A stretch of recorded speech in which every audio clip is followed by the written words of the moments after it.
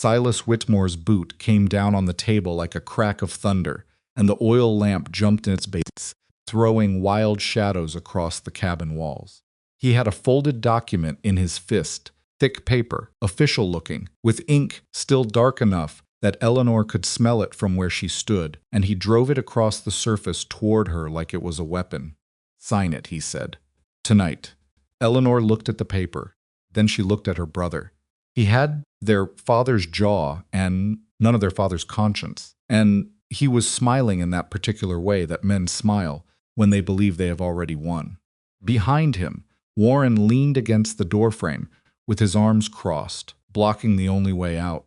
The lamp flickered, and Eleanor Whitmore, who had worked this land for 19 years with her bare hands, who had carried fence posts on her shoulders and pulled calves from frozen mud at 3 a.m, who had buried her father 6 weeks ago and not yet cried because there hadn't been time.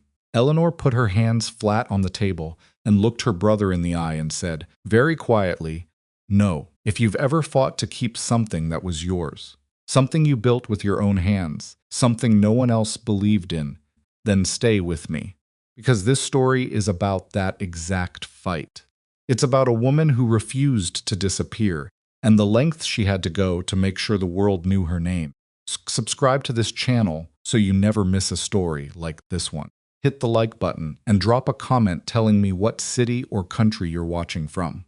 I want to know how far Eleanor's story has traveled. Now let's go back to Black Pine Valley, 1884. And let's start from the beginning. The valley had its own weather.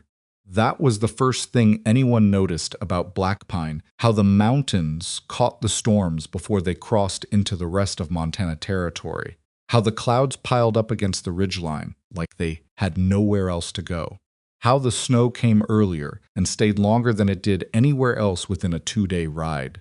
People who didn't know the valley assumed it was a miserable place to live. People who knew it understood that the weather was the price you paid for the river. The Whitmore River, which wasn't its official name, just what people in the valley had called it for. 30 years ran cold and clear from the snowpack above the timberline and cut straight through the middle of the 250-acre Whitmore spread before it bent east toward town. In a dry land, water was everything. Water was cattle. Cattle was money. Money was survival. And the Whitmore property sat directly across that river like a man standing in a doorway, controlling what came through and what didn't. Harold Whitmore had understood what he had.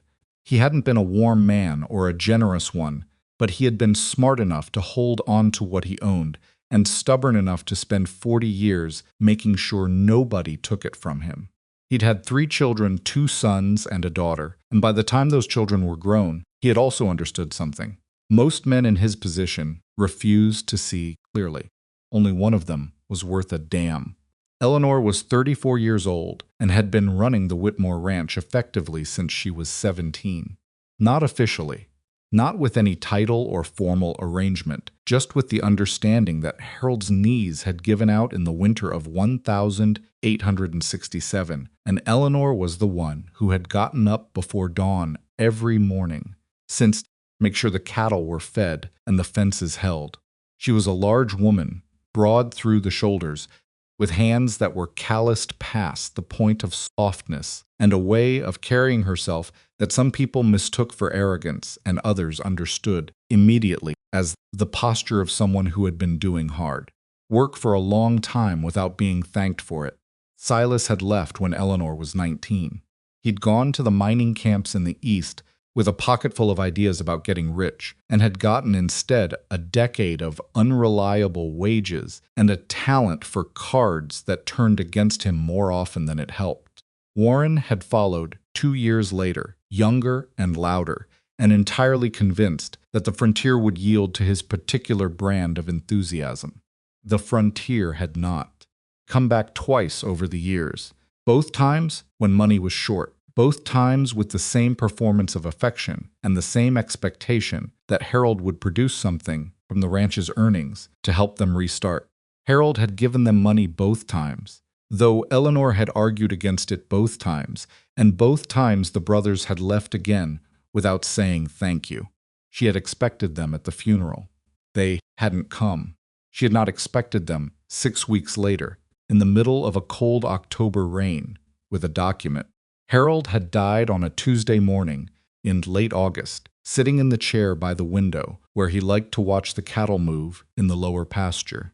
Eleanor had found him when she brought his breakfast. The doctor from town had come out and confirmed what she already knew, and she had spent the rest of that day doing what needed to be done because there was no one else to do it. Cattle still needed water. The fences along the north field had a section that had been soft for a week and needed resetting before the fall rains made the ground too hard. There was no pause built into a working ranch for grief, so Eleanor did not take one. The will had been read by a lawyer named Aldous Pruitt out of Bridger Falls, who had ridden out 2 weeks after Harold's death with a sealed envelope and an expression suggesting he had done this enough times to know when a reading was going to cause trouble. He was right. The will was 17 pages of careful language that Harold had apparently drafted 4 years earlier, without telling anyone, and the summary of it was simple. The land, the cattle, the water rights, every structure on the 250-acre property transferred entirely and without condition to Eleanor Grace Whitmore, not divided, not shared, not held in trust for future negotiation. Eleanor, all of it. Pruitt had read the relevant section twice, clearly and at a normal pace, and then he had folded the document and asked if Eleanor had questions. She had said no. She had not had questions, because she had known, somewhere in the part of her that had watched her father watching her all those years, that this was coming. She hadn't known it would be this clean, but she had known. What she hadn't known was that Pruitt, who was a professional man and understood his obligations, had sent letters to Silas and Warren at their last known addresses, informing them of the will's contents within 3 days of the reading. She found this out when they showed up. It was the second week of October.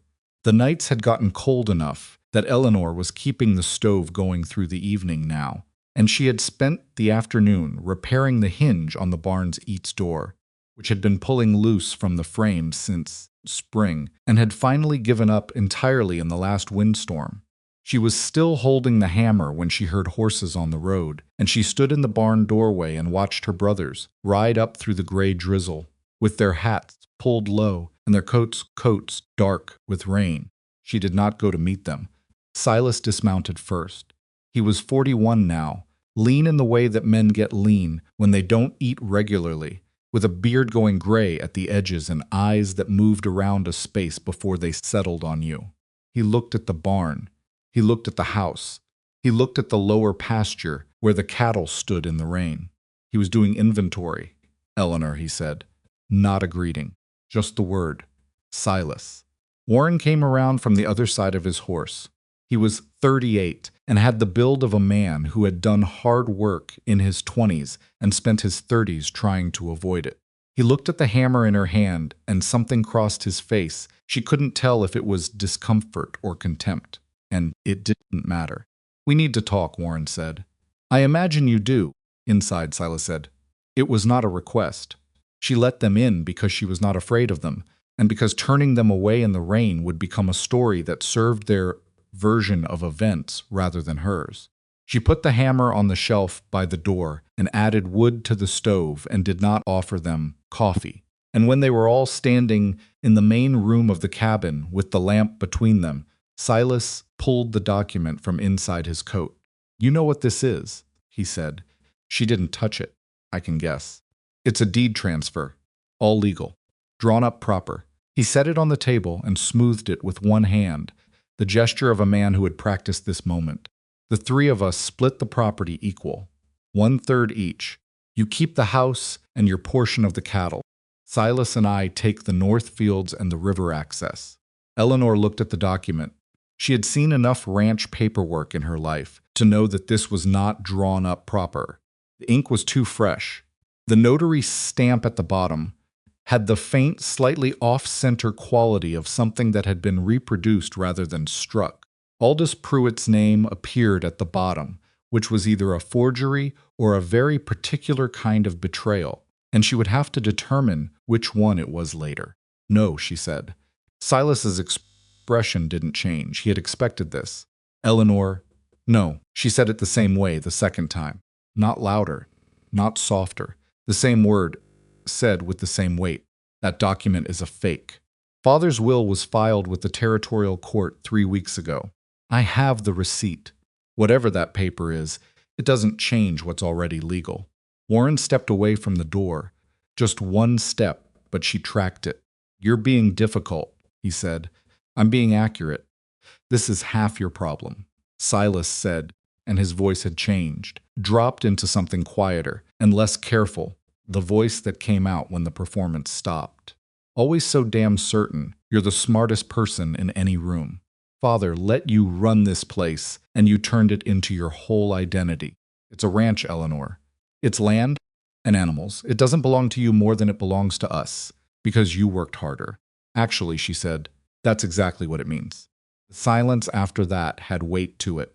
The rain came harder against the roof, and the fire shifted in the stove, and Eleanor stood on her side of the table and looked at the 2 men she had grown up with and understood something she had half known. Since they rode up the road, they had not come to negotiate. They had come to end this tonight. Silas reached out and turned the document to face her. He produced a pen from his coat pocket. He set it on the paper. Sign it, he said. Tonight.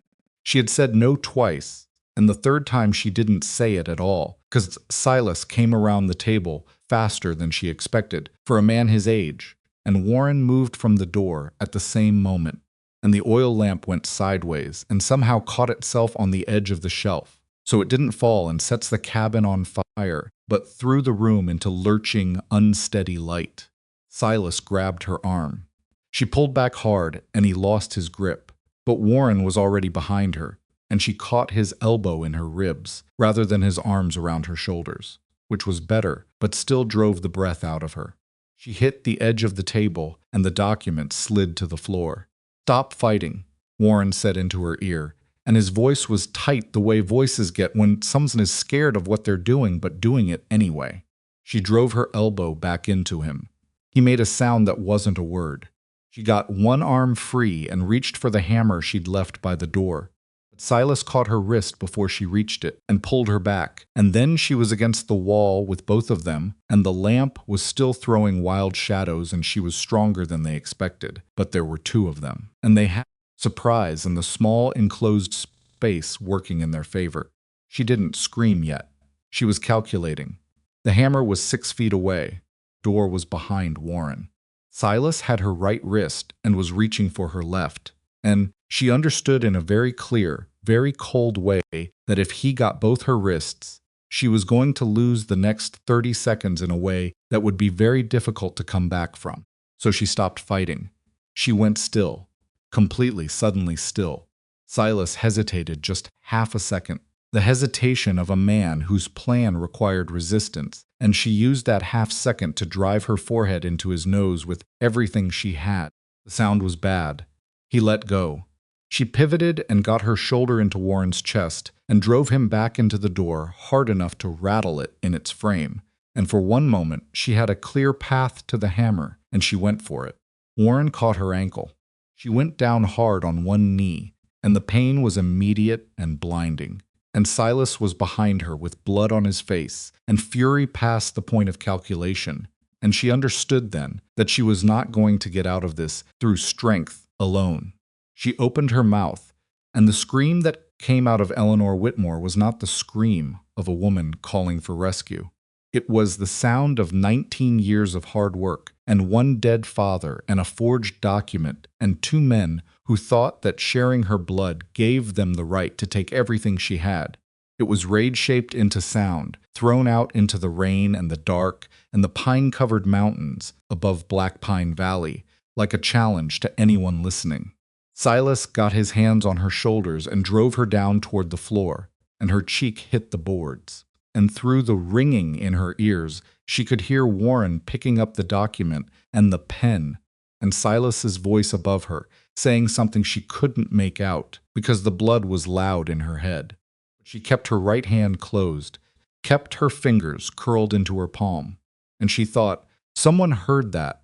She was not certain. She had no reason to be certain.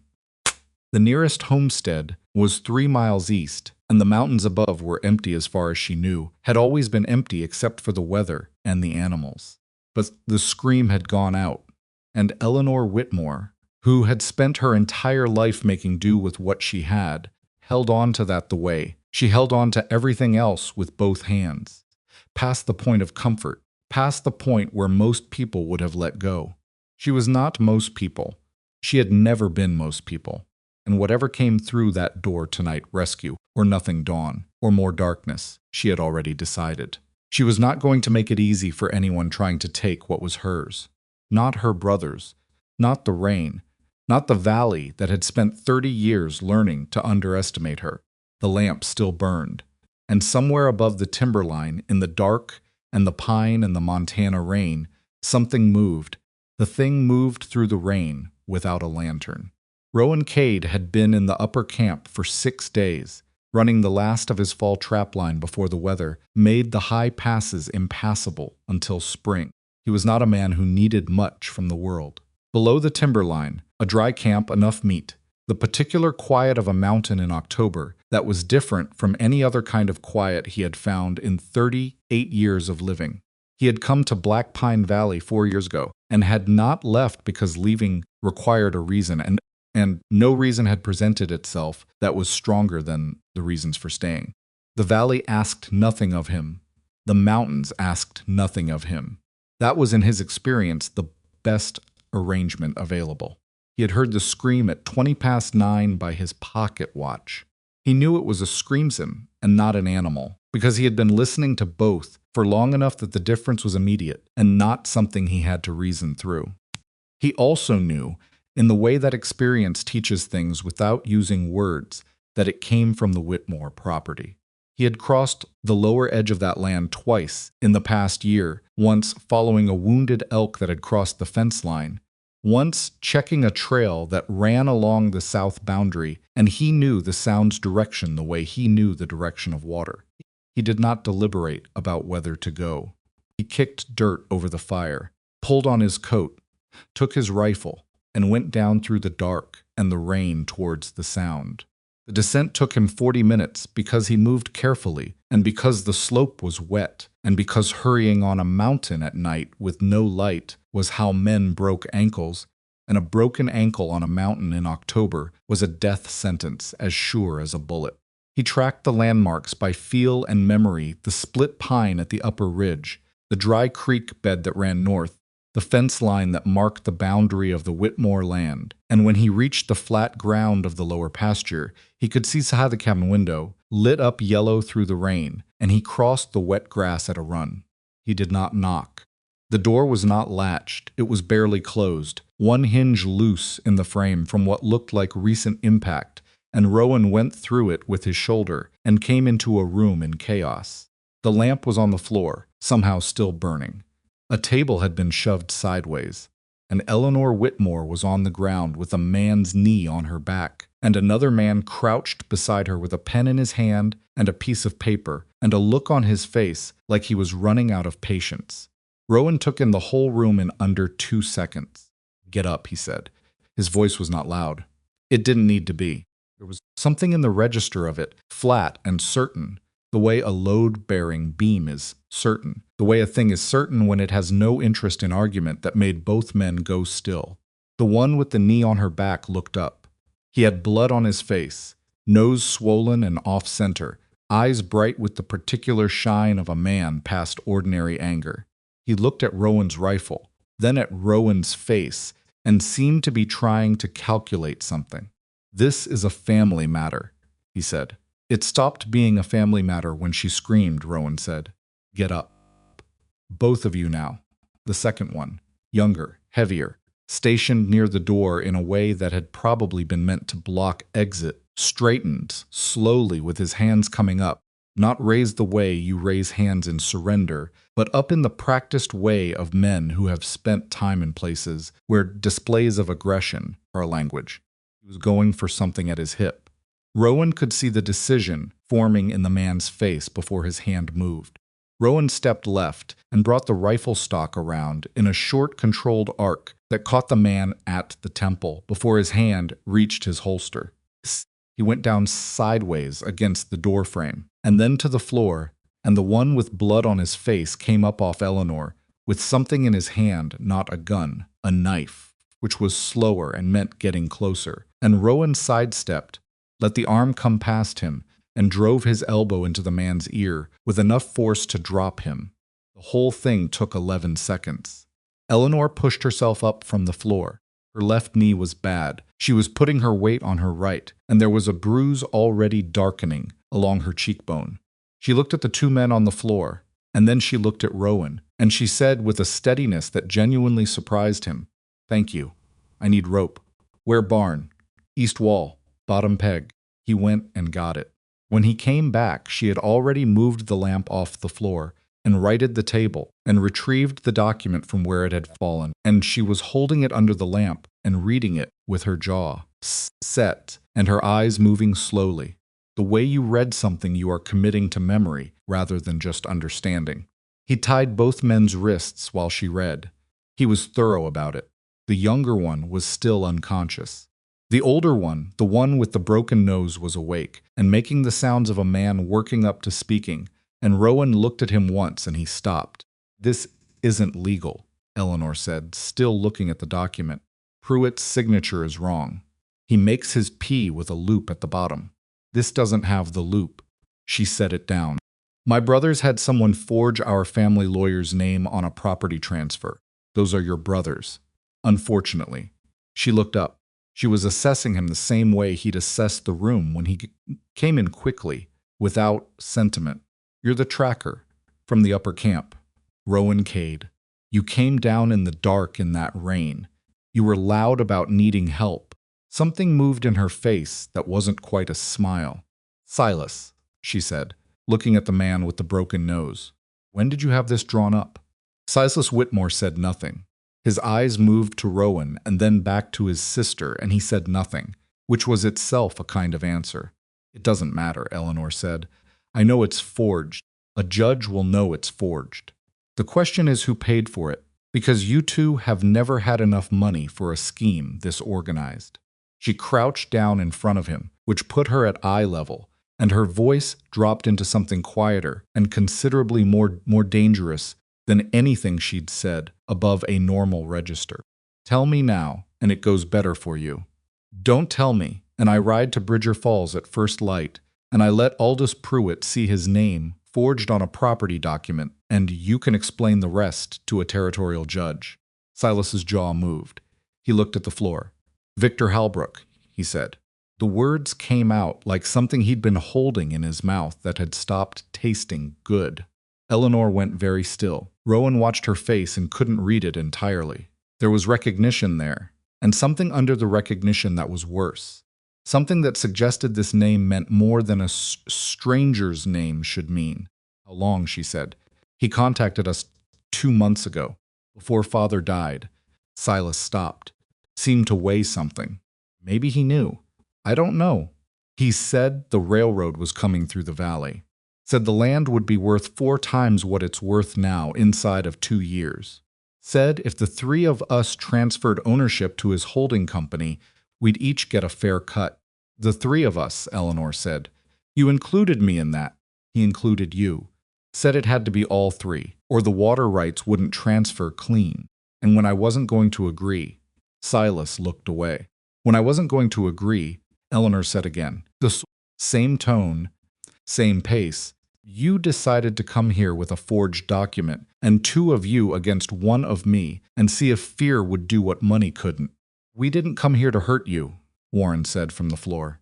His voice was rough, and he was holding the side of his head where the rifle stock had found him, and he sounded, Rowan thought, genuinely miserable. Not about what he'd done, about how it had gone. "You put your knee on my back," Eleanor said without looking at him. "Don't talk to me about what you came here to do." The room held that for a moment. The rain was still loud on the roof. Rowan stood near the door with the rope in his hands and watched Eleanor Whitmore absorb what she'd just learned. And he understood. Watching her, that she was not a woman who fell apart when things went badly. She reorganized. She started calculating the next thing before she was done processing the current one. He recognized it because he did the same thing, and he'd never met another person who did it quite the way he did until right now. Victor Halbrook, he said. He said it because the name had been sitting in the room like something sharp that nobody had picked up yet, and he'd been in this territory long enough to have heard it spoken in certain contexts. The railroad man. Out of Helena. You know him? I know of him. He was the one who bought the water access on the Forsyth spread 2 years back, up in Cascade County. Forsyth thought he was selling partial access for irrigation rights. Turned out Halbrook's lawyers had written the deed, so he owned the riparian rights for 3 miles in either direction. Rowan paused. Forsyth lost his ranch inside a year. Eleanor looked at him for a long moment. You follow land law for a trapper. I follow things that matter. He set the remaining rope on the table. That railroad route, if it comes through Black Pine Valley, the way I've heard men talk about it, it goes straight along the river. Whoever owns the water rights owns the most valuable piece of land in 100 miles. I know what I own, Eleanor said. Her voice was level, but something had tightened in it, some muscle of composure working harder than it had been. The question is whether Halbrook is going to accept that a forged document doesn't give him a path in. She already knew the answer. Rowan could see it. She was saying it out loud because hearing it helped her think. Men like Halbrook, he said, don't send 2 brothers with a piece of paper as their only play. Eleanor nodded once, slowly. She walked to the window, moving carefully on that knee, and looked out at the dark and the rain. Cattle were invisible in the lower pasture, just suggestions of bulk in the black. The mountains were gone entirely, swallowed by cloud. There will be others coming, she said. It was not a question. That would be my red. She turned back from the window. I need to get these 2 to town. I need to get to Pruitt before Halbrook does. And I need to be back here before. She stopped herself, recalculated. How many men do you think he'd send? Depends on what he thinks he needs. Halbrook operates clean when he can. Lawyers, paperwork, pressure. If that fails, he goes to hired hands. But he stays far enough back that nothing traces. Rowan pulled a chair from the table and sat down, not because the situation called for sitting, but because his knee was talking to him from the descent through the wet dark. And he was 38 years old and not inclined to pretend otherwise. He's going to hear tonight failed. How fast that news travels depends on whether your brothers are his only contact in the valley. Both men on the floor were quiet. Silas was staring at the ceiling. Warren had his eyes closed in the way of someone trying to be elsewhere. Silas, Eleanor said, is there anyone else in the valley working for Halbrook? Nothing. Silas's. Her voice dropped into that register again, not threatening, just utterly without warmth, which was worse. I am going to find out regardless. You know that. You know how this valley works, how long secrets last here. I am going to find out. The only question is whether I find out through you or through someone else who decides cooperation is worth more than loyalty to a man who handed you a forged document and sent you to do his dirty work. Silas's eyes moved to the ceiling. Stayed there, Hector Baines, he said finally. The man runs the feed store. Halbrook's been paying him for information on the ranch. Cattle counts, water usage, what you've been doing with the land. Eleanor closed her eyes for exactly 1 second. Then she opened them. How long? 2 years. Hector Baines had sold her feed for the past 7 years, had come to Harold's funeral and stood at the edge of the crowd with his hat in his hands and said he was sorry for her loss, had given her credit twice when the winter had been hard. She didn't say any of this out loud. She stood at the window with the rain behind her, and her face very composed, and the bruise spreading under her eye, and Rowan watched the information land on her and settle, and he thought, she is going to carry that. She's going to fold it up and put it somewhere. It won't get in the way right now, because right now there are things to do. He was right. Right, she said. Here is what we are going to do. She pulled the chair from the opposite side of the table and sat down And for the next 10 minutes, she laid out a plan with the kind of specificity that came from someone who had been managing complex operations in difficult conditions for a long time. Rowan would ride to town with Silas. And Warren tonight, she had 2 horses they could take, tied and supervised, and deliver them to the sheriff with the forged document and an accounting of the evening. She would send with him a sealed letter to Aldous Pruitt that he was to deliver personally, not leave with anyone else. She would stay at the ranch. Alone, Rowan said, yes, with the possibility of men coming before morning. I've been alone here for 6 weeks, she said. I was alone here for years before that. This is my land. I'm not leaving it. He looked at her, the bruise under her eye, the careful way she was distributing her weight, the way she had organized a plan in 10 minutes after what she had just been through, without her voice shaking once. I'll come back, he said, after town.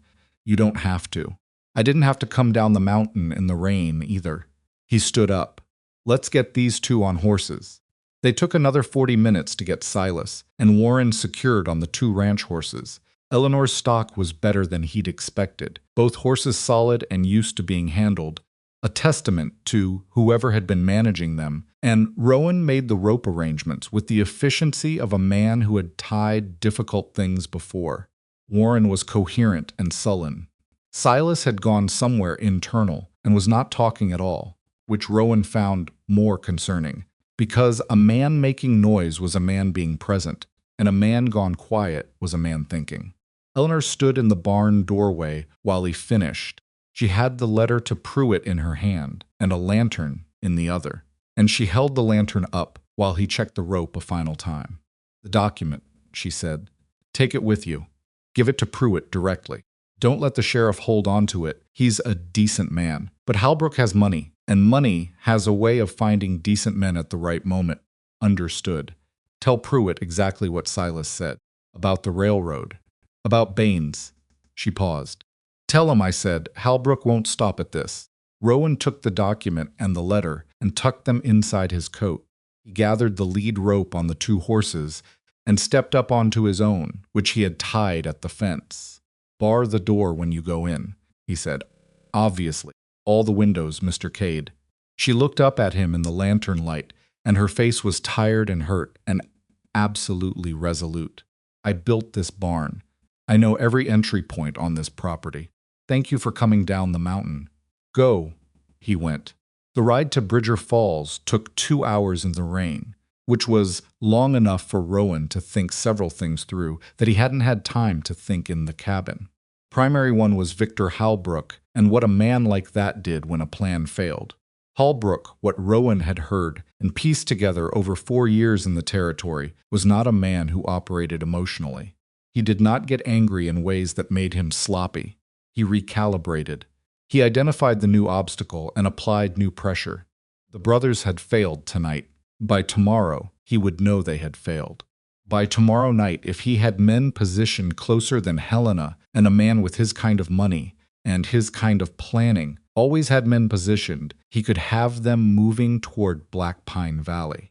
Question was what they would be sent to do. If the goal was still acquisition, they would come with legal mechanisms, threats, injunctions, more paperwork, a lawyer instead of hired hands.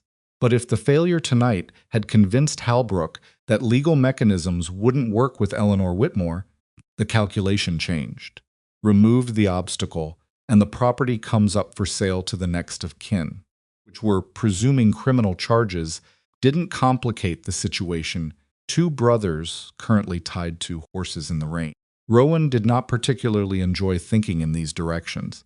He thought in them anyway, because not thinking about something did not prevent it from happening. He delivered Silas and Warren to the Bridger Falls sheriff, a man named Cord Tully, who was, as Eleanor had said, fundamentally decent, and who received the document and the situation with the measured skepticism of a man who had learned to be careful about which stories he believed first. Rowan told him about Victor Halbrook and the railroad and Hector Baines, and watched Tully write it down, and was careful to give Pruitt's letter to Pruitt and no one else, rousing the lawyer from his bed at near midnight to stand in his doorway in a nightshirt was receiving the document with the expression of a man who was being handed something very unpleasant and already understood, that he was going to have to do something about it. The signature, Rowan said. She said you'd see it.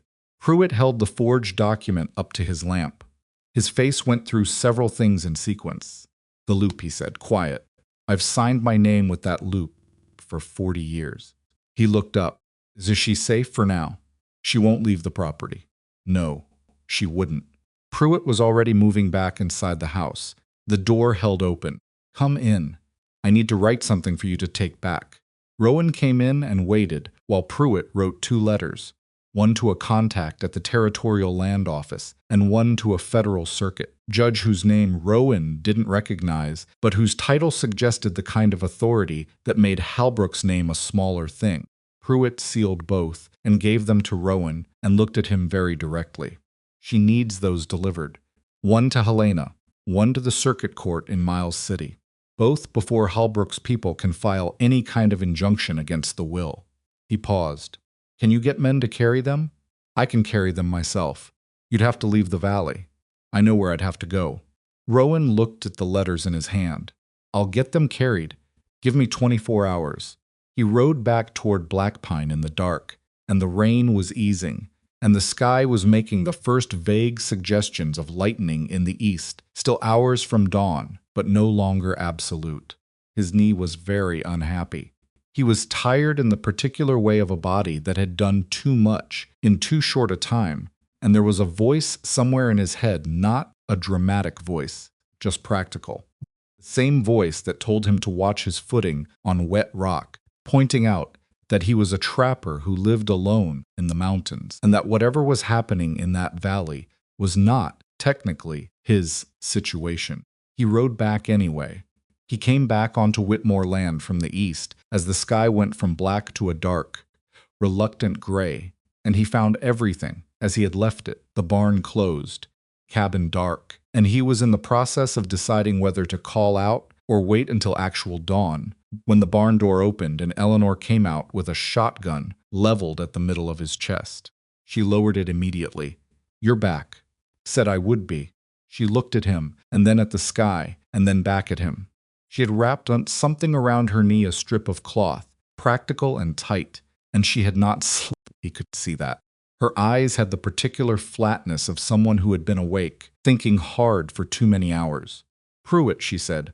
He saw the signature. He's already writing to the land office. Rowan dismounted, slowly, and his knee said several things to him on the way down. He's also writing to a federal circuit judge. The letters need to get to Helena and Miles City before Halbrook can file anything. Eleanor took that in. How fast? Pruitt thinks 48 hours to be safe. I've got men I can ask, a couple of riders who know these trails, who won't talk. I'll pay them. They won't take your money. They'll do it because I ask. He tied his horse at the fence and looked at her over the horse's back. How was the night? Quiet. She said it like the word had 2 meanings. Too quiet. She looked at the eastern mountains, where the sky was doing its slow, reluctant shift. Halbrook is going to hear about last night. I know. He's not going to stop. I know that too. She looked at him directly then, and he had the distinct sensation of being assessed again. Same as the night before, but with more information on both sides this time. Why are you still here? She said. Not unkindly. You came down the mountain, you went to town, you came back. You've done more than anyone could ask. Maybe. He came around the horse and leaned against the fence because his knee was requesting it. But I've been in this territory long enough to know what Halbrook does when a plan fails, and I don't find myself wanting to ride back up the mountain and wonder how it turns out. He studied him. You could get into serious trouble staying here. I've been in serious trouble before. This is different. This is the kind of trouble that has lawyers and money and patience. That kind doesn't give up when you hit it. I know what kind of trouble it is. He looked at her. You want me to go? The question sat between them. Sky was lightening above the eastern ridge, the first real suggestion of dawn, turning the clouds from black to a dark bruised gray, and the valley was very still in the way it gets in the last minutes before light, when the animals haven't started yet and the wind is holding its breath. No, Eleanor said. I don't want you to go. She said it plain, without anything in it that wasn't meant, and then she turned back toward the cabin and said over her shoulder, There's coffee. Been on the stove since 3, and it's going to be terrible, but it's hot. Followed her in. The cabin looked different in the gray morning light than it had in the chaos of the previous night, smaller, and more lived in and more distinctly hers. The furniture was plain and good, chosen for function. The shelves held tools and books in roughly equal proportion. There was a surveying map pinned to the east wall with handwritten notes in the margins, and next to it stood a detailed hand-drawn map of the property that was better than anything a professional surveyor would have produced, because it had 19 years of accumulated observation in it, every wet spot, every fence weakness, every place where the cattle bunched in the cold, every trail through the timber. Rowan looked at that map while Eleanor poured the coffee, which was, as promised, terrible. You drew this, he said, over years, bit by bit. She brought 2 cups to the table and sat down across from him, and he noticed she sat facing the door the same way he did.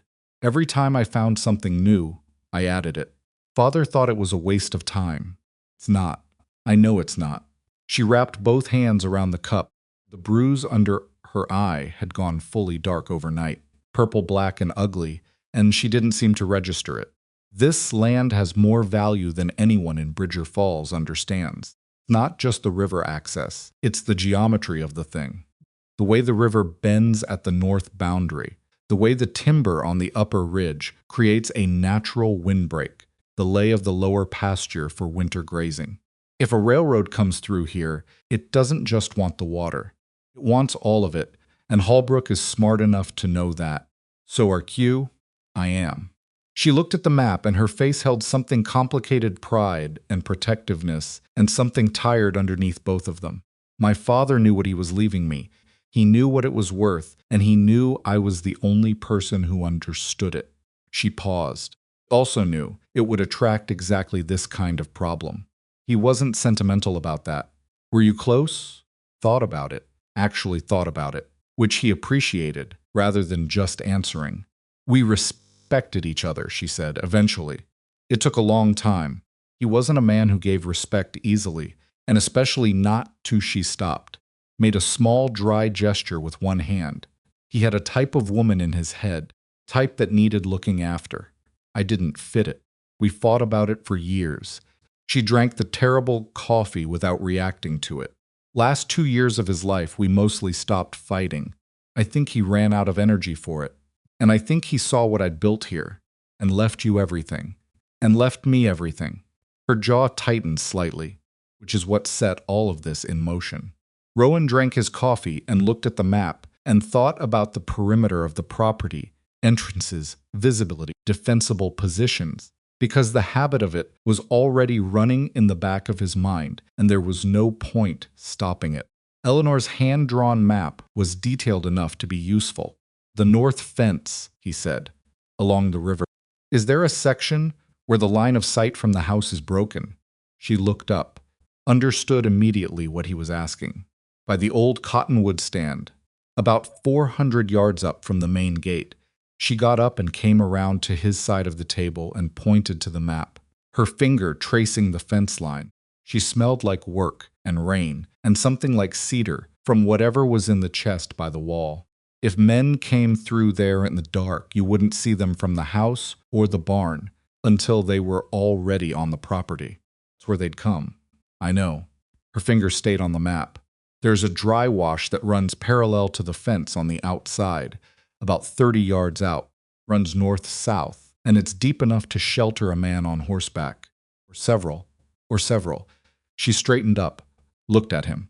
You're thinking like someone who's been in a siege. I've been in a few situations that required thinking ahead. Accepted that without asking more, which he also appreciated. We have until tonight at the earliest, she said. If Holbrook hears about last night in the morning, he needs time to communicate, and then his men need time to travel. Earliest arrival would be late tonight. Agreed. Then we have today. She looked at the terrible coffee in her cup and set it down. I need to talk to Hector Baines. Rowan had been expecting this. Is that wise? Probably not. She was already moving toward the door, reaching for her coat on the hook. But I've known that man for 7 years. He sold my family information for 2 years. I want to look him in the eye while he explains it. She put on the coat and turned back. You can stay here if you want. I'm not staying here while you ride to town. Then bring your rifle, she said, and try to keep up.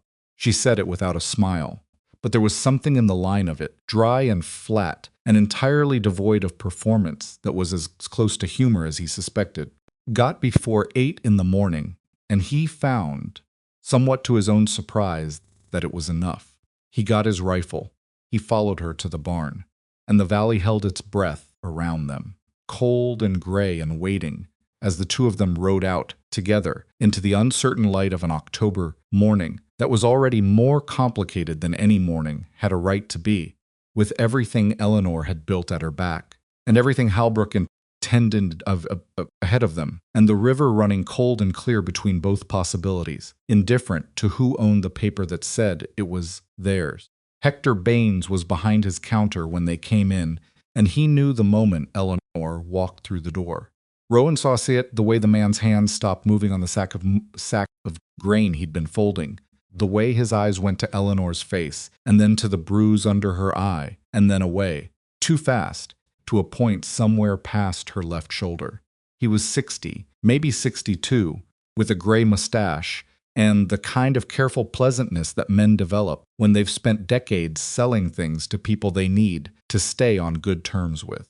He had always struck Rowan on the 2 or 3 occasions he'd stopped in for supplies as the kind of man who was genuinely friendly right up, until the moment genuine friendliness cost him something. Eleanor, Baines said, and then seeing Rowan behind her, Mr. Cade. Eleanor walked to the counter and put both hands flat on it, the same gesture she'd used the night before with Silas, and the echo of it was not accidental. Hector, she said, I'm not going to make this a long conversation. I know what you've been doing. I know how long you've been doing it. I came here because I wanted to hear you say it. Baines opened his mouth, closed it, looked at the door behind them, and then seemed to think better of whatever he'd been considering. I needed the money, he said. That's the beginning and the end of it. Business has been poor 2 winters running, and Halbrook's man came in here with a number that made the rest of it seem. 2 years, Eleanor said. Eleanor, my father was alive for most of that. You sat his funeral. She didn't raise her voice. That was the thing that made it land the way it did. The complete flatness of it, the absence of any appeal to feeling. You told me you were sorry for my loss, and the whole time you'd been selling him information about his own ranch. Baines's face had gone through several things and landed on something that Rowan recognized as genuine shame, not the performed kind, the real kind that doesn't have anywhere useful to go. I didn't know it would come to this, he said. Halbrook's man told me it was just business intelligence, that they were considering an investment, that nobody would get hurt. My brothers had a forged deed, Eleanor said. They were in my cabin last night, a knee on my back. She let that sit for 3 seconds. You paid for that, Hector. Maybe you didn't mean to, but you paid for it. The store was empty except for the 3 of them. Outside on the main street of Bridger Falls, the morning was going about its business wagons, voices, the ordinary noise of a small frontier town at mid-morning, and none of it was aware of what was happening in here, which was one person making another understand the full weight of what they'd done. Ben Season sat down on the stool behind the counter. He looked old, suddenly, in the way men look old when something they've been carrying becomes visible. What do you want from me, he said. A statement. Written. Signed. Today. Eleanor reached inside her coat and pulled out a folded piece of paper. She had written it at the kitchen table while Rowan had seen to the horses that morning, and he hadn't known she was doing it until she was done. What Halbrook's man told you, when he came to you, what he asked you to report, what you were paid, every detail you remember. She put the paper on the counter. Pruitt will file it. It becomes part of the legal record.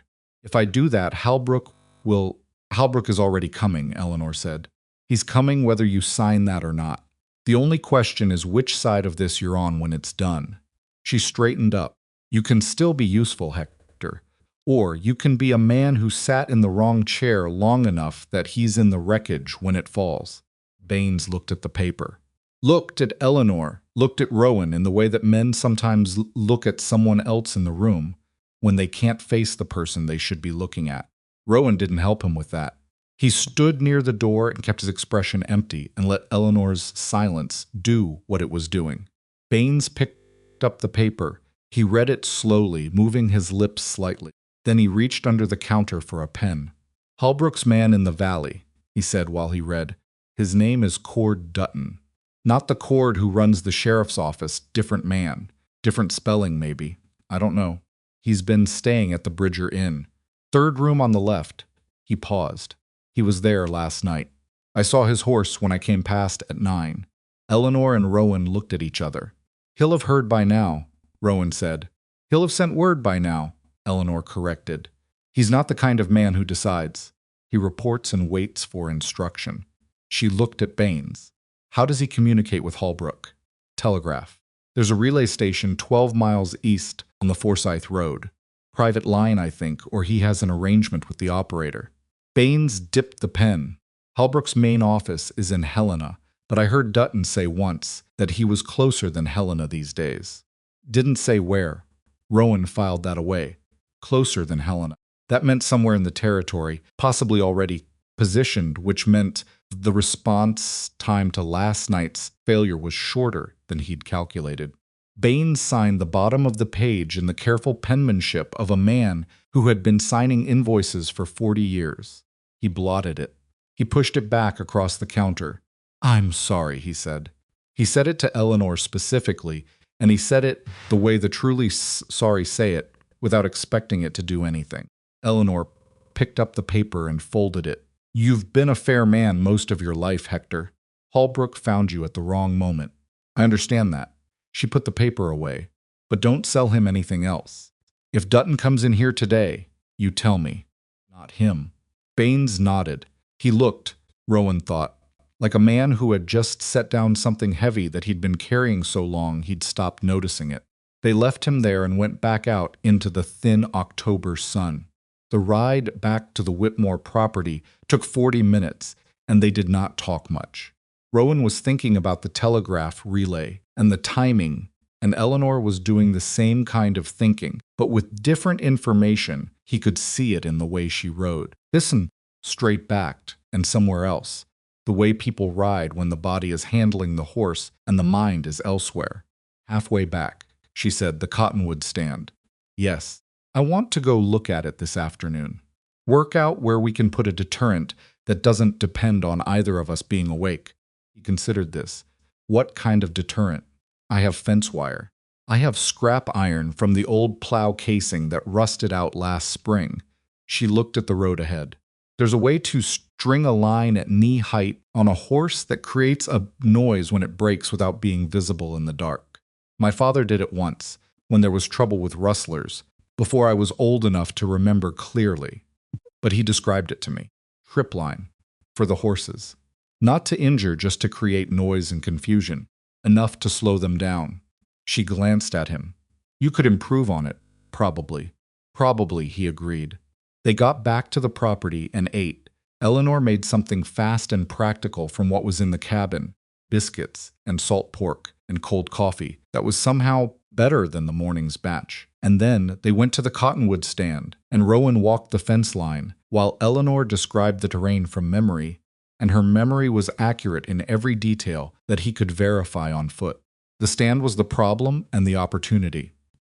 6 large cottonwoods clustered close enough to each other that the space between them was shadow at any hour, and the fence line ran directly through the outermost trees, so that someone approaching from the dry wash would naturally funnel between the 2 northernmost trunks, a width of maybe 15 feet, wide enough for 2 horses abreast. On a dark night with men who didn't know the property, that was exactly where they'd come. Rowan spent 2 hours on the setup. Eleanor worked alongside him, not handing him things and standing back, actually working, handling the wire with gloved hands, reading what he was doing and anticipating the next step with the instinct of someone who had built and repaired things their whole life. They didn't talk much. They didn't need to. There is a kind of communication that happens between people who are both competent at physical work, a language of movement and attention that doesn't require words. And Rowan noticed it, the way he noticed most things sideways, without making a point of it. When they were done with the cottonwood stand, they walked the rest of the perimeter. Eleanor had already identified 3 other places she was concerned, about a gap in the south fence, where a post had been rotting for a season, the back of the barn where they backed up to a dead angle from the house windows, and a shallow place in the river north of the main grazing field where the water ran thin enough to cross on horseback. They addressed each one in turn, working steadily through the afternoon with the kind of focused silence that meant both of them understood what the night might bring. By 4 o'clock, the light was going amber and long, and Rowan's knee had shifted from talking to him to outright arguing, and Eleanor had gone quieter than she'd been all day. He found her standing at the north fence, looking out at the mountains, and he came up, stood beside her without saying anything. 14 years old, she said after a moment. He hadn't asked a question, but she answered it anyway, which meant she'd been thinking it through and had arrived somewhere she wanted to say. That's how old I was when my father first let me run a fence repair on my own. He stood at the far end and watched. Didn't help. Didn't criticize. Just watched. She paused. When I was done, he walked the line, the whole quarter mile, checked every post. Then he came back and said, "That'll hold." She looked at the mountains. That's the only time he ever said anything like that to me. That's all it was, 4 words. And I remember where I was standing when he said it. Rowan didn't say anything. He'd learned, over a life of mostly solitary work, that some things people said weren't looking for a response. They were looking for a witness. Someone to hold the moment while they said it out loud so it was real. "I'm not going to lose this," Eleanor said. Not to him specifically. To the mountains. To the valley. To the fence line she'd repaired 100 times. "I don't care what Halbrook sends." "I know," Rowan said. She turned and looked at him. The amber light caught the bruise under her eye, and the tiredness around it, and the thing underneath, the tiredness that was neither anger nor calm, but something that contained both. "How's your knee?" He was surprised enough that he almost didn't answer. "Been better. There's a poultice my father used. Arnica and something else I'd have to find the jar. It smells terrible. I'll take it." They went back to the cabin.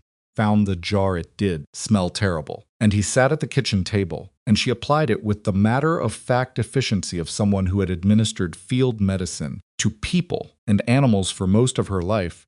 Not gentle exactly, but not rough either. Careful in the places where careful mattered.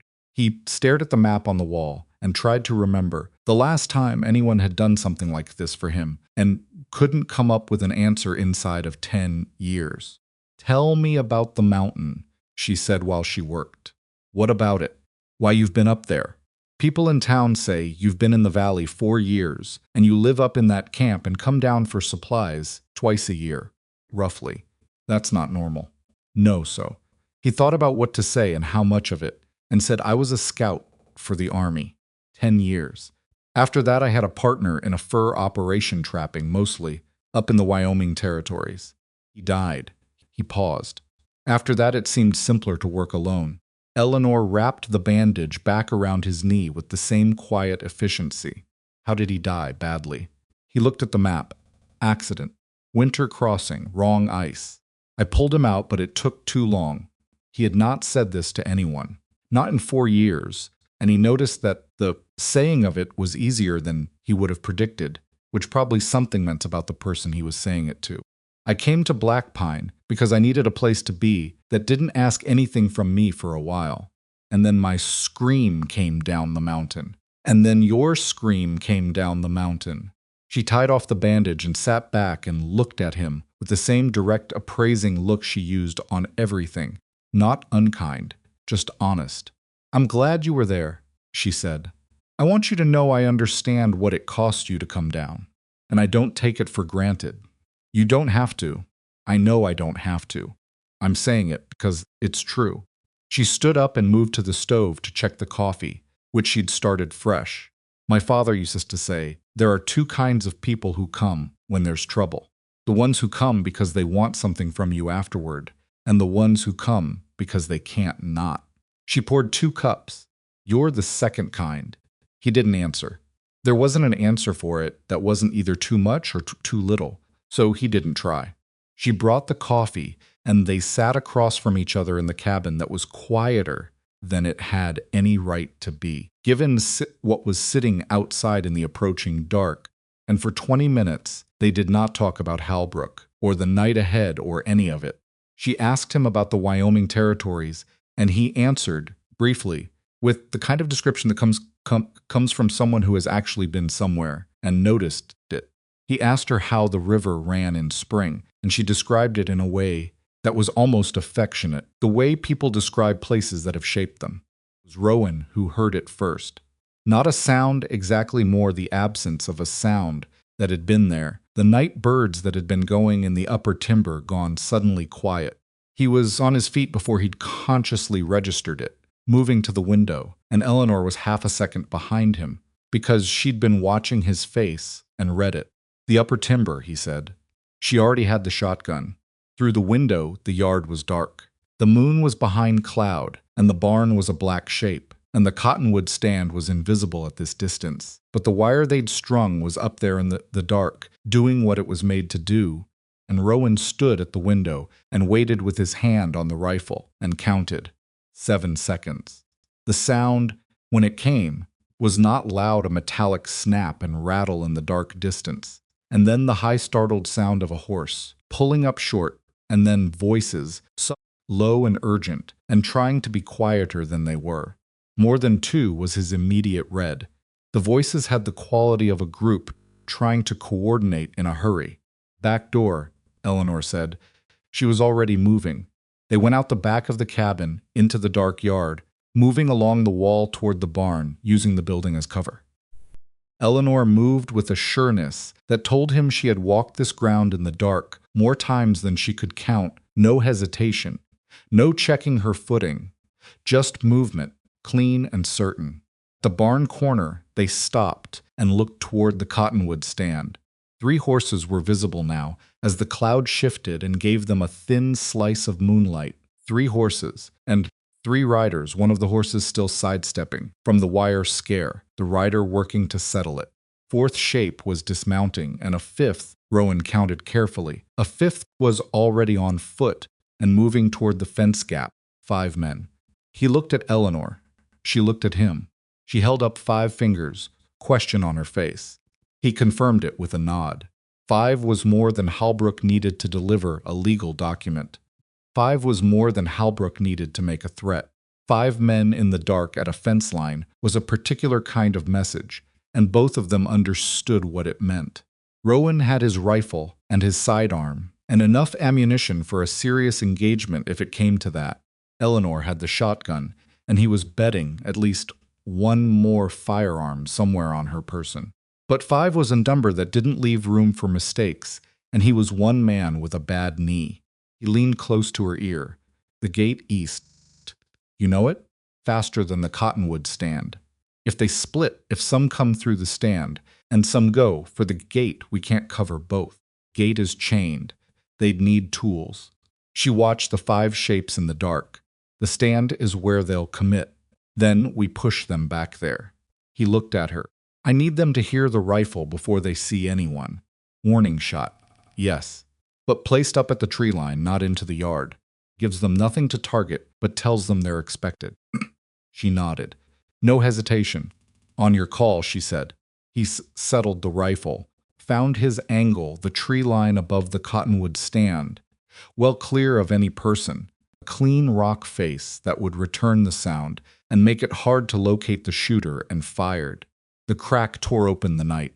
The echo came back doubled from the mountain face, and then the valley walls threw it again, so it sounded like 3 shots instead of 1, which was exactly what he'd intended. All 5 shapes in the dark went still. Then one of them shouted, not a warning, not a negotiation, an order to advance, to come through the fence regardless, to push forward. The voice was flat and professional, in the way that suggested whoever was shouting had done this before and was not particularly interested in being spooked by one rifle shot from an unknown position. Rowan was already moving to a new position. "They're not stopping."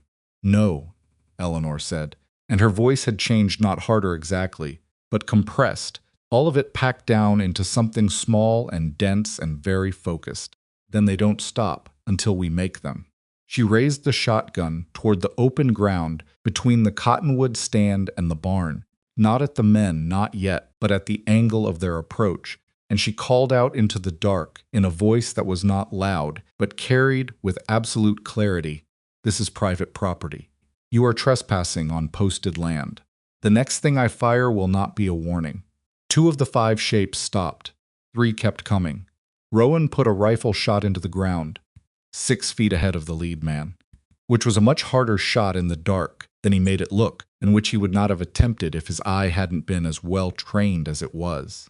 The lead man stopped, jumped back, actually a full step backward, and the man behind him ran into him. In the confusion of that, Eleanor moved.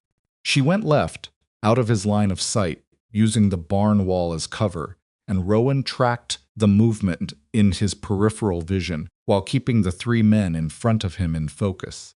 She was repositioning, going for an angle that would put her at the south side of the yard while he held the north. A crossfire that would make the cottonwood stand untenable as an approach.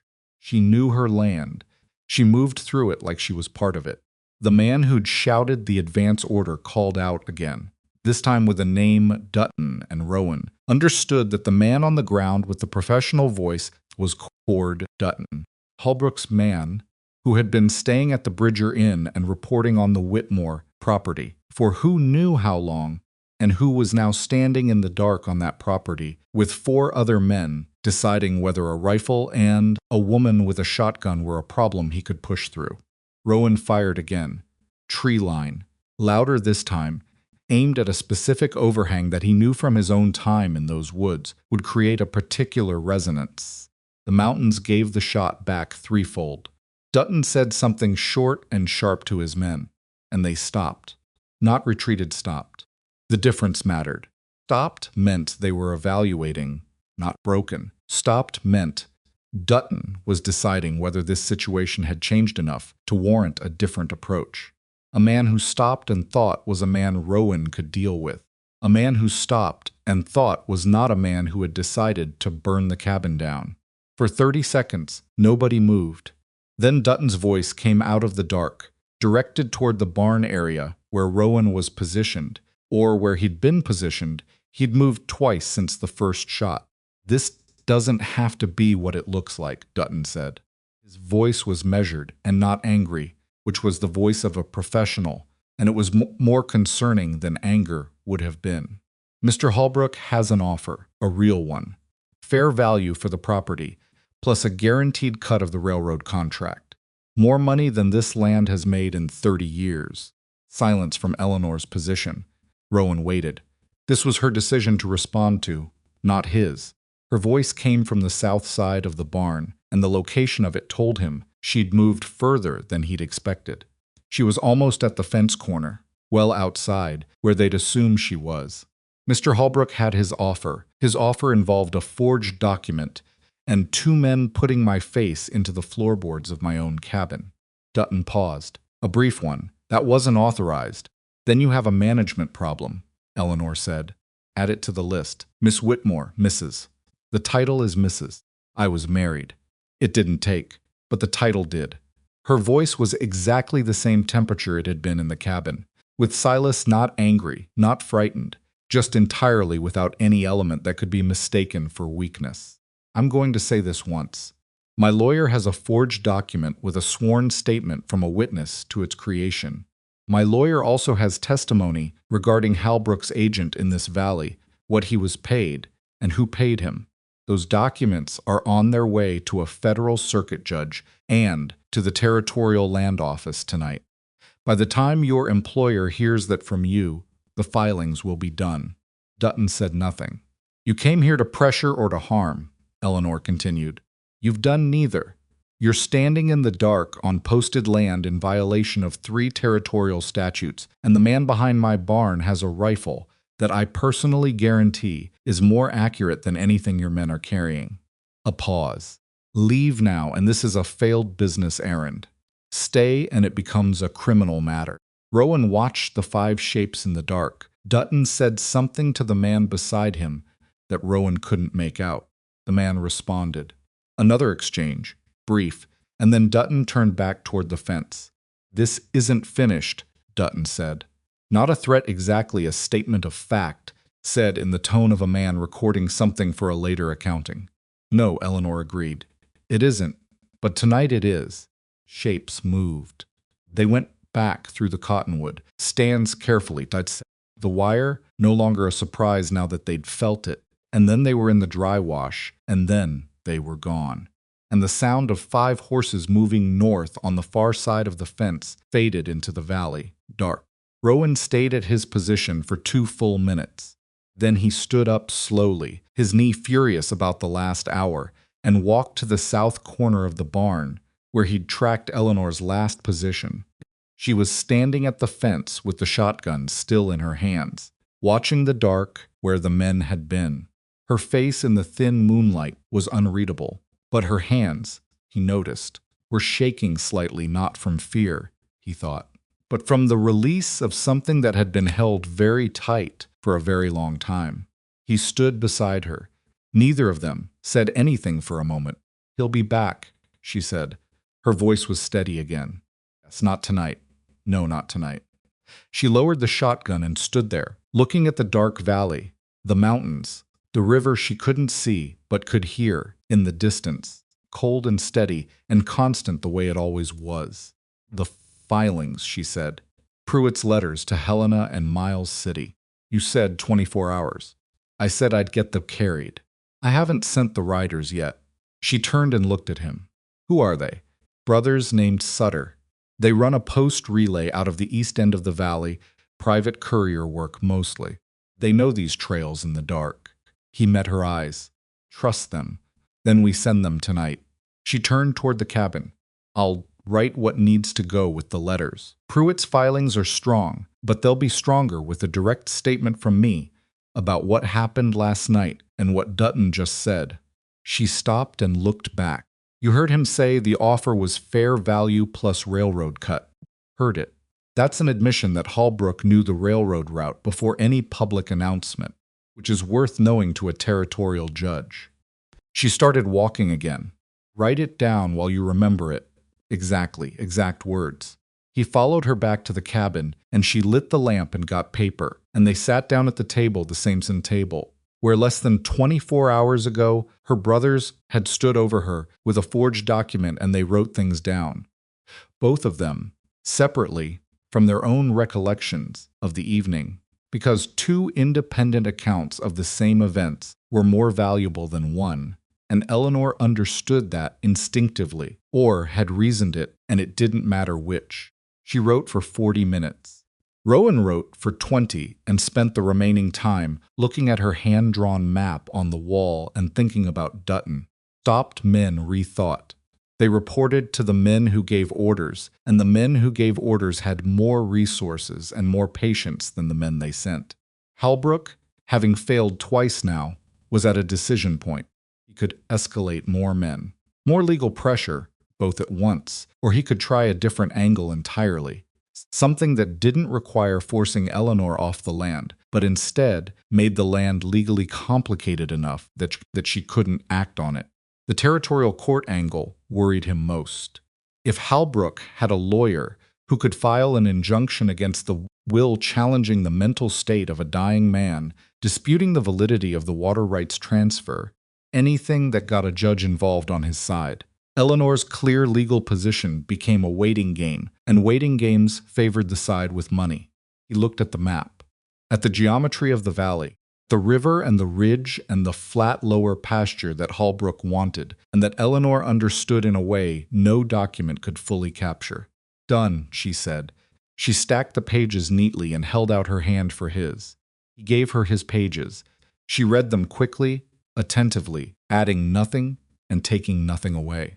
She nodded once. You write clearly, she said. You write better, he said honestly. The ghost of something moved across her face. Not quite a smile, but in the neighborhood. She folded everything together, Pruitt's letters, her statement, his statement, and sealed the packet with wax from the candle on the shelf. The Sutters, she said. I'll go to them tonight. She looked at the clock on the wall. It was past midnight. Rowan. She said his name for the first time, and he noticed it the way you notice a thing that changes a small but specific part of the arrangement between people. You haven't slept. I've done more on less. So have I. She looked at the packet in her hands. But Dutton knows the Sutters, if he's watching the East Road. He doesn't know where the Sutters winter their horses, Rowan said. I do. It's not the East Road. He stood up. His knee sent him a comprehensive summary of its objections. I'll be back before the second watch. Keep the bar on. She handed him the packet and looked at him with that direct, honest appraisal that was simply how she looked at things, with no apology for it and no performance around it. And she said, be careful. Always am. No, you're not, she said. You came down a mountain in the dark in a rainstorm for a stranger. That's not careful. She sat back in the chair. Just come back. Took the packet and his coat and his rifle and went out into the Montana dark. And the valley was still and cold around him. And the river was running somewhere out there in the black, doing what it had always done.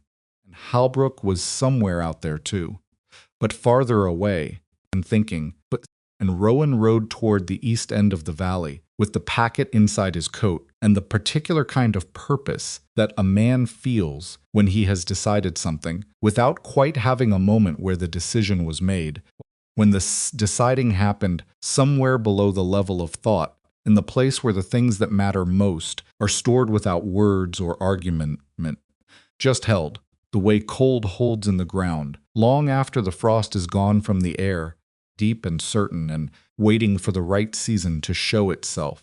The Sutter brothers were awake when Rowan arrived, which meant either they kept late hours or someone had already been to see them.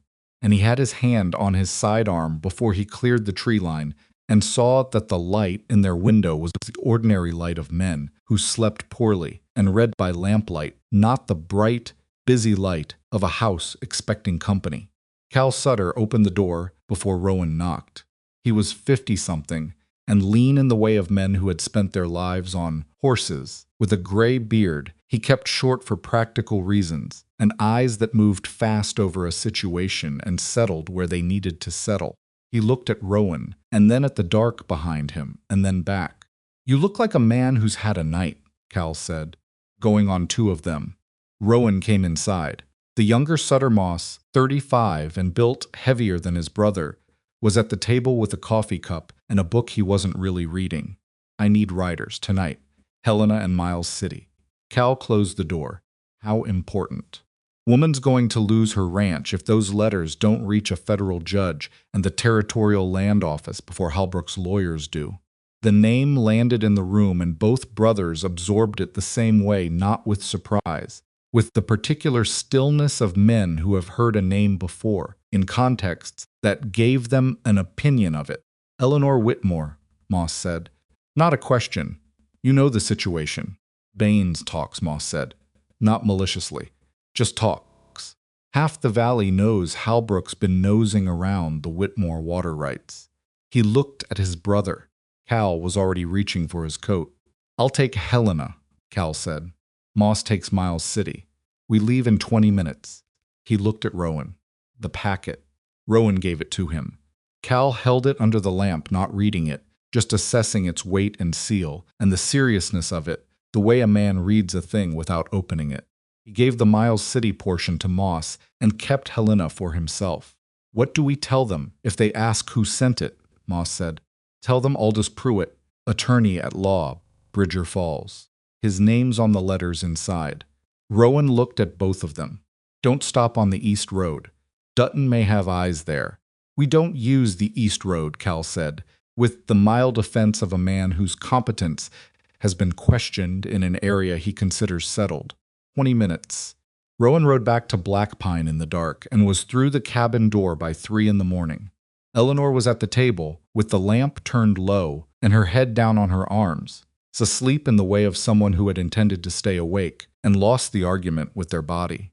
He stood in the doorway for a moment looking at her, at the papers spread under her arms, and the ink on her right hand, and the shotgun propped against the wall, within reach even in sleep, and he did not wake her. He sat in the chair by the door with his rifle across his knees and watched the dark through the window and let her sleep. She woke at first gray light and found him there and said nothing for a moment. Then you should have woken me. You needed the sleep more than I did. That's not for you to decide. You're right, he said. I decided it anyway. She looked at him with that level gaze, and then she got up and went to the stove without another word, which he took as acceptance. And she made coffee that was better than anything she'd made yet, because she was more awake when she made it, and because she found a tin of grounds she'd forgotten about at the back of the shelf.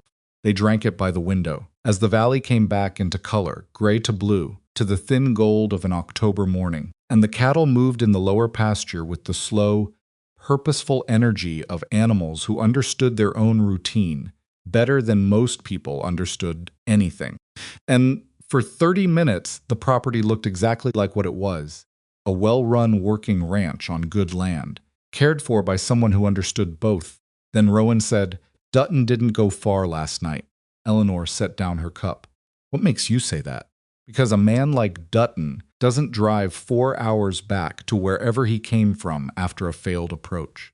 He finds somewhere close and he waits, and he sends a message and he waits some more. Rowan looked at the pasture. There's an abandoned homestead 2 miles north, the Garrett place. Roof's still on. I know it. That's where I'd go. She was quiet for a moment. You want to go look. I want to know where he is. Right now we're reacting. Knowing his position changes that. He turned from the window. Not today. Today we hold here, and we let Pruitt's letters do their work. But I want to know. Eleanor picked up her cup again and finished the coffee and put the cup down with the deliberate care of someone making a decision through a physical action. All right, she said. Tonight after dark. We looked. The day was hard in the way that days are hard when you are waiting for something and cannot make it move faster. Eleanor worked because she always worked, and because the cattle did not know or care about Victor Holbrook or forged documents. And Rowan worked alongside her because the alternative was sitting still, which his body refused and his mind wouldn't permit. They replaced the rotting post in the south fence she had identified it the day before, and it had bothered her. He could tell the way small failures bother people who have built something carefully. Doug and she set, and they tamped, and neither of them talked much. Around midday, a rider came up the road, and both of them stopped what they were doing, with the particular alertness of people who have been waiting for bad news. But it was a boy from town, Pruitt's clerk, 15 years old, serious-faced and clearly feeling the importance of his errand, with a folded note from Pruitt himself. Eleanor read it. Her face went through something complex. What? Rowan said. She handed him the note. Pruitt had written, in his careful, looped hand, Halbrook's Helena attorney filed an injunction this morning against the probate of Harold Whitmore's will, citing questions of testamentary capacity. Filing references a physician's letter I have not seen and cannot verify. The injunction is provisional, and a hearing is required before it takes effect, but it creates a delay. I am responding through proper channels. The circuit judge you sent to, if he receives our packet, before tomorrow noon has authority to override the provisional injunction pending his review. Everything depends on timing. Hold the property. Do not sign anything. Do not allow anyone to serve papers on you without a witness present. A Pruitt Rowan read it twice. Testamentary capacity, he said. They're saying my father was not of sound mind when he wrote the will. Eleanor's voice was controlled, but something had tightened in it like a rope under load. Harold Whitmore, who ran that ranch alone for 20 years, who managed water rights negotiations with 3 different county administrators, who read land law for recreation and could quote territorial statute from memory. She took the note back and folded it. They found a doctor who will sign a letter saying he wasn't capable. Bought the doctor. Obviously bought the doctor. She put the note in her coat pocket, which means Halbrook has been planning this longer than just 2 months. Says the spur. You don't find a cooperative physician in 3 days. This was a contingency, ready to deploy if everything else failed. Rowan thought about that, the patience of it, the architecture of a scheme that had a forged deed as the first attempt, armed intimidation as the second, and a legal challenge to the will as the third, all prepared in advance, waiting. That kind of preparation required money and time, and a cold, deliberate intelligence that didn't let emotion drive timing. He's been watching this property for a year at least, Rowan said. Since before your father died. Since before my father died, Eleanor agreed. Bain said 2 years. That's how long the railroad planning has been in motion. She looked at the fence post they'd just set new wood, straight, tamped, solid. The circuit judge, she said. How fast are the Sutters?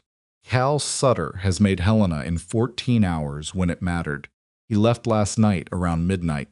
Rowan looked at the sky, calculated. He could be there by 2 this afternoon, if he pushed. And the judge would need time to read it and act. Tomorrow morning earliest. Pruitt said. Tomorrow noon. She nodded slowly. Then we need 18 hours. They went back to work. Quality of the silence between them had changed, not worse. Just weighted differently, the way air changes before weather. The injunction meant Halbrook had moved from the physical to the legal, which was what Rowan had been worried about. And the legal was in some ways harder to defend against, because it operated on its own timeline, and in rooms Eleanor couldn't walk into with a shotgun. Could do was hold the land. An injunction on probate was not an eviction order. Until a judge ruled on it, until the hearing that Pruitt had mentioned, she had every right to remain exactly where she was. And if the circuit judge received their packet and moved quickly, the injunction could be challenged before it ever became binding. 18 hours. Rowan spent the afternoon thinking about the Garrett place and Cord Dutton, and by 3 o'clock he had made a decision without discussing it with Eleanor, which he suspected she would object to and which he intended to do regardless. He saddled his horse and rode north along the fence line to where the Whitmore property ended and the open range began, and then another mile through scrub timber to the shell of the Garrett homestead, and he dismounted 300 yards out and came in on foot through the timber the way he came in on everything, slowly from downwind reading the ground. There were horses in the Garrett barn. Fresh manure, 4 animals, recently watered. Fire had been built in the homestead's stone fireplace. Sometime in the past 12 hours, the ash was cold now, but the smell lingered. Boot prints in the mud outside the door. Multiple sets, and one set that was distinct from the other's smaller heel. Different tread, the print of a man who bought his boots, somewhere better than the rest. Dutton, and 3 men with him, down from the original 5, the other 2 sent somewhere, or left somewhere, or sent back to report. 3 was a smaller number than 5, which was either reassuring or a sign that the main effort had moved elsewhere. And this was a distraction. Rowan did not like that thought. He came back to the property faster than he'd left it, and Eleanor was at the barn when he rode in, forking hay, and she read his face before he spoke. They're at the Garrett place, he said. 4 of them. But they've been moving fire from last night. Horses watered recently. They're not sitting still. Eleanor put down the fork. What are they doing? I don't know. And not knowing is the problem. He dismounted. Dutton is smart enough to understand that a frontal approach failed twice. The legal move is already in motion and doesn't need him here for it. So what does he need 4 men and an abandoned homestead for? Eleanor looked at the cattle in the lower pasture, then at the barn, then at the cabin. She was working through it the same way he was, with the map of the property in her head, and he watched the moment she arrived at the same answer he had. The cattle, she said. Rowan nodded. Not the cabin. Not Eleanor herself. The cattle, the herd of 63 animals that represented the operational value of the ranch, the thing that made the land work as a working operation rather than just a parcel of acreage with water access. If the cattle were driven off or injured or scattered badly enough that recovery took weeks, The ranch's ability to function through winter was compromised. Property fighting, both a legal injunction and an operational collapse, was a property that looked, to a judge reviewing a probate dispute, like a marginal enterprise that perhaps hadn't been well served by the current owner. "He doesn't need to take the land tonight," Rowan said. "He needs to make it look like you can't run it."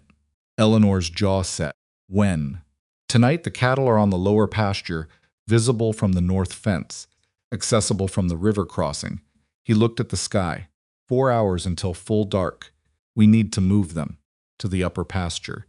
She was already moving toward the barn for her horse. "It's a harder approach, better fenced, and I can close the timber gate. They'd have to know the property to find it in the dark. They have Baines's information." Baines watched the lower operations. He never came up to the timber pasture. "I stopped letting him up there 3 years ago when he started asking questions that were too specific about the upper water access." She had her horse out and was saddling with the quick, practiced movements of someone who has done it 10,000 times. "He doesn't know about the upper gate. They moved the cattle in 2 hours, which was hard work that required both of them and the better part of Eleanor's patience, because 63 cattle have their own opinions about direction and timing, and will share those opinions at length. There were moments, several of them, where the work was purely frustrating, where an animal that had been moving correctly for 10 minutes abruptly decided to revisit that decision. And Eleanor handled these moments with the language of someone who had grown up working stock and had never had the luxury of losing her temper with an animal, because an animal doesn't understand temper, only consistency. Rowan was useful with cattle in the way that someone with general competence is useful adequate rather than skilled, and he knew it and worked within it rather than overclaiming. Eleanor directed and he executed, and the herd moved up the slope to the timber pasture in the last of the daylight, and she closed the heavy timber gate behind them and ran the chain through and locked it. She was breathing hard. Her knee was bothering her again. She was favoring it in a way she hadn't been this morning, the extra hours of work having made it vocal. She didn't mention it, and he didn't point it out, but he slowed his own pace on the walk back down the slope so she could match it, without it being obvious that he was slowing. They ate when they got back more salt pork, biscuits that Eleanor made, with the automatic efficiency of someone cooking under time pressure, good enough to be food without any pretense of being more than that. And they sat at the table with the lamp low and the windows dark and went over what they had. "If Dutton hits the lower pasture tonight, the cattle aren't there," Eleanor said. "Tells him you anticipated it, which tells him I'm not going to be outmaneuvered easily." She turned her coffee cup in her hands. "That's not necessarily a problem. If he's going to reassess anyway, after 2 failed approaches, better he reassesses with accurate information about what he's dealing with. The injunction still runs regardless of what Dutton does tonight." She was quiet for a moment. "Pruitt will be working on the testamentary capacity question. He knew my father. He can argue the competency issue with personal knowledge, which is more valuable than whatever letter Halbrook's doctor signed." She looked at the window. "What I don't have is the doctor's name, who he is when he allegedly examined my father, what the letter says. Without that, Pruitt is arguing in the dark." Rowan thought about that. "Bridger Falls has one physician, Dr. Harlan Crane. He saw my father twice in the last year. He would not have signed a letter like this. He's a straight man, not rich enough to be bought, and not dishonest enough to be pressured." She paused. "But Holbrook isn't using a local doctor. He'd use someone from Helena or Miles City. Someone with impressive credentials and no personal knowledge of Harold Whitmore. Someone who examined him. When that's the question." She sat forward. "My father left Black Pine twice in the last 3 years of his life. Once to Miles City for a land records dispute I was with him. Once to Helena for a bank matter he went alone." She stopped. "Helena. 18 months ago. He was gone 4 days. Her eyes sharpened. "He never told me what the bank matter was. I assumed it was the mortgage on the north acreage, which he'd been refinancing. But if Halbrook had already identified this property and already begun building his case, could have arranged for your father to see a physician in Helena. Rowan said, under a pretext. A pretext Harold would have accepted. She worked it through. He had a cough that winter. Not serious, but persistent. If someone had arranged for him to consult a doctor about the cough, and that doctor formed an opinion about his mental state while examining him for something else entirely, and then that opinion sat in a file in Helena for 18 months waiting. Eleanor pushed back from the table and stood up and walked to the map on the wall and put her hand on it, not pointing at anything, just touching it. My father walked into that office for a cough and walked out with a time-delayed weapon pointed at the ranch. The room was very quiet. "I need to know the doctor's name," she said. "Pruitt can depose him before the hearing. If we can establish when the examination took place and what the actual purpose was, the letter falls apart. Who would know?" Rowan looked at the table. "Your father didn't tell you about the Helena trip. He didn't tell me much, but he told someone." She turned from the map. He had a friend. Marta Island, she runs a boarding house in Bridger Falls. He wrote to her when he traveled. She's 70 years old and keeps every letter she's ever received in a box under her bed. She paused. If he wrote to her from Helena, if he mentioned a doctor's visit, does Pruitt know Marta Island? Everyone in Bridger Falls knows Marta Island. Eleanor looked at the clock. 8:30. She goes to bed at 9 and doesn't appreciate being woken. But she'll appreciate it less if Eleanor Whitmore loses her ranch to a man she's never met. She was reaching for her coat. "Eleanor." He said it with a weight that stopped her.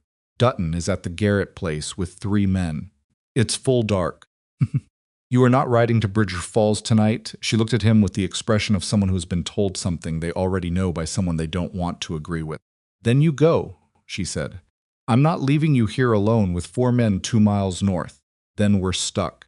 They stood on opposite sides of the table looking at each other, and the problems sat between them solid and awkward. Both of them were right. Both things were true. She couldn't go, and he couldn't go. And the letter from Marta Island's box was either there or it wasn't, and neither of them could get to it tonight. "Write to Pruitt," Rowan said. "Tonight. Tell him about Marta Island and the letters. He can go to her at first light. He knows her. She'll let him in." Eleanor looked at the window, at the dark outside, at the clock. If he goes at first light and she has the letter, he could have the doctor's name by morning. And the hearing isn't until Pruitt petitions for one. He can control that timing to a degree. She sat back down, got paper. She wrote the letter to Pruitt in 15 minutes, concise and precise, laying out the reasoning and the timeline, and the specific instruction about the letters in Marta Island's box. She sealed it and set it on the table and looked at it. "There's no one to carry it tonight," she said. "At first light.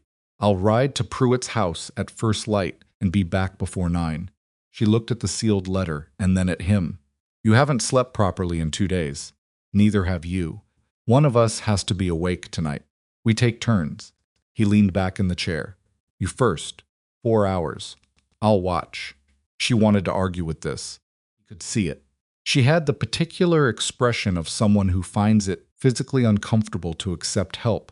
Not out of pride exactly, but out of long habit. The habit of a person who has had to be the one watching for so long that being watched over feels foreign and vaguely wrong. 4 hours, she said. "Then you wake me." Yes. She did not go to the bed in the back room. She took the other chair by the window, the one that faced the door, and she pulled her coat around her. And she was asleep in under 10 minutes, and Rowan sat across from her with his rifle, and the lamp turned very low, and the darkness outside, held at bay by nothing more than wood walls and good locks, and the particular stubbornness of 2 people who had decided this property was not going to be taken. At 1 in the morning the sound came.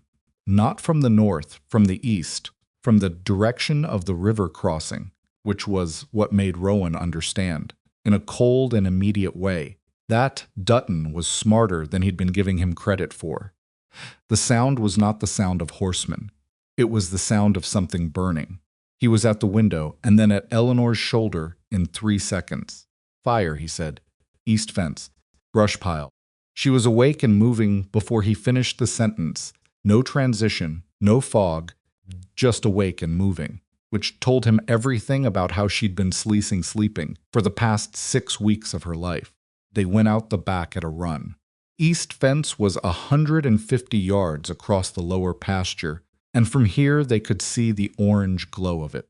Low but growing, the dry fall grass at the fence line, taking the flame from whatever had been lit against the posts. In September it would have spread fast. In October, after rain, it was slower, but it was going. "He's not trying to burn the ranch," Eleanor said, already reading it. "He's driving us to the east fence, away from the north approach." They both stopped. The cattle were in the upper pasture. Cabin was unattended, and somewhere to the north, Cord Dutton had 3 men who now had an unobserved approach to the main property, while its 2 defenders were standing at the east fence, staring at a brush fire. Eleanor turned back toward the cabin at a dead run. Rowan went for the fire because one of them had to, and because he had a better read on how to stop it without water cutting the fuel line, beating back the leading edge with green branches, creating a gap in the dry grass. And he did it badly, and not gracefully, but effectively, working the east end of it with a broken fence post, while Eleanor ran back, and he listened for sounds from the north and heard nothing, which was worse than hearing. Something, because silence from that direction meant either nothing was happening or something was happening quietly. He got the fire down to smoldering in 20 minutes, hands burned, in 2 places where he'd been careless, and he crossed the lower pasture back to the cabin at a run, and found Eleanor at the north window with the shotgun. "Anything," he said. "Something," she said. "One man. He came to the cabin while we were at the fire. He slid something under the door." Rowan looked at the floor. An envelope. He picked it up, and Eleanor kept her eyes on the window while he opened it. Inside was a single page, printed in the careful hand of a man who knew his words needed to be exact, Miss Whitmore. "The provisional injunction will be heard in territorial court Thursday. I am prepared to withdraw my employer's legal challenge and offer full market value for the property, $5,000. Title free and clear if you sign transfer documents by Wednesday noon. After Thursday, the offer is withdrawn, and we will litigate through final judgment, which I am confident will favor my employer. This is a fair offer, made in good faith, with no conditions beyond a signature. C. Dutton." Eleanor read it over his shoulder. He could feel her stillness, the quality of it, the way a thing goes still when it is under maximum pressure. $5,000 was real money. It was not what the land was worth, not even close to what the land would be worth with the railroad, which was why Halbrook was fighting for it. But it was enough to start somewhere else, enough to build something, enough to make the fighting stop. Rowan said nothing. This was her decision and her land and her life, and he was not going to say a word about it until she spoke. She set the letter on the table. "Thursday," she said. "That's 2 days, the circuit judge." She did the calculation. Cal Sutter made Helena by 2 yesterday afternoon, and the judge read it today. He could act tomorrow. He could act tomorrow. She looked at the letter, then at the map, then at the window where the dark valley was doing whatever the dark does when people inside are deciding things. "Holbrook knows the circuit judge has our packet. That's why he's offering now. Before the judge acts. Once the judge acts, the offer disappears because the legal landscape changes." "Yes," which means the packet is doing what it's supposed to do. She turned from the window. "The answer is no." She said it the same way she'd said it the first time, 2 nights ago, to Silas, with the forged document on the table and her brothers on the other side of it. The same weight, the same temperature, the same absolute absence of doubt. She picked up the letter and folded it and put it in the same coat pocket as Pruitt's note, where it would be available as evidence of Holbrook's direct negotiation with the property owner, an implicit acknowledgement that the property was hers to negotiate about. Good lawyer could use to undermine the testamentary capacity argument in court. She was, Rowan thought, either the most naturally strategic person he had ever met, or someone who had been surviving through intelligence for so long that strategy had become instinct. Probably both. The 2 things were not exclusive. "Your hands," she said. He looked down. The burns from the fence post were angrier than he'd realized, blisters forming at the base of 2 fingers on his right hand, a raw patch across his palm. "Sit," she said, and reached for the same shelf where the arnica jar had been. He sat. She worked on his hands at the kitchen table with the same matter-of-fact efficiency as before, and the lamp was low, and the cabin was quiet, and outside in the dark corridor Dutton and his 3 men were somewhere waiting, recalibrating, running out of easy moves and not yet out of difficult ones. "When this is done," so she said, not looking up from his hand, "I'm going to need to rebuild the east fence section. I know. The posts at the burn site will need replacing. Probably 30 feet of wire. I can help with that." She looked up. She was very close, working on his palm, and the lamp threw the shadows of them both across the wall behind her. "I know you can," she said. Not as a thank you. Just as a fact, said plainly, the way she said all true things. And outside the window, the valley held them both, the river running cold in the dark. The cattle settled in the upper pasture behind the locked timber gate. Pruitt's letters somewhere between Black Pine and the decisions that would be made in distant rooms by men with authority, and the property itself sitting exactly where it had always sat. 250 acres of good land and cold water, patient and indifferent to the human argument being conducted in its name, waiting to find who would still be standing on it when morning came. Rowan rode to Pruitt's house at first light the way he'd said he would, with Eleanor's letter in his coat and his burned hand wrapped in the strip of cloth she'd tied around it before he left, practical and tight the way she did everything. The morning was cold and clear, the kind of October morning that looks like an apology for the previous week's rain. And he pushed the horse harder than was comfortable, because 18 hours had become 14, and 14 had a way of becoming less. Pruitt answered the door, in his coat, already, which meant he'd either slept in it or had been awake and dressed since before dawn. He read Eleanor's letter standing in the doorway, and before Rowan finished explaining the reasoning about Marta Island and the Helena trip, the lawyer was already reaching for his hat. "I know about the letters," Pruitt said. "Marta told me herself, years ago, that Harold wrote to her when he traveled. I should have thought of it.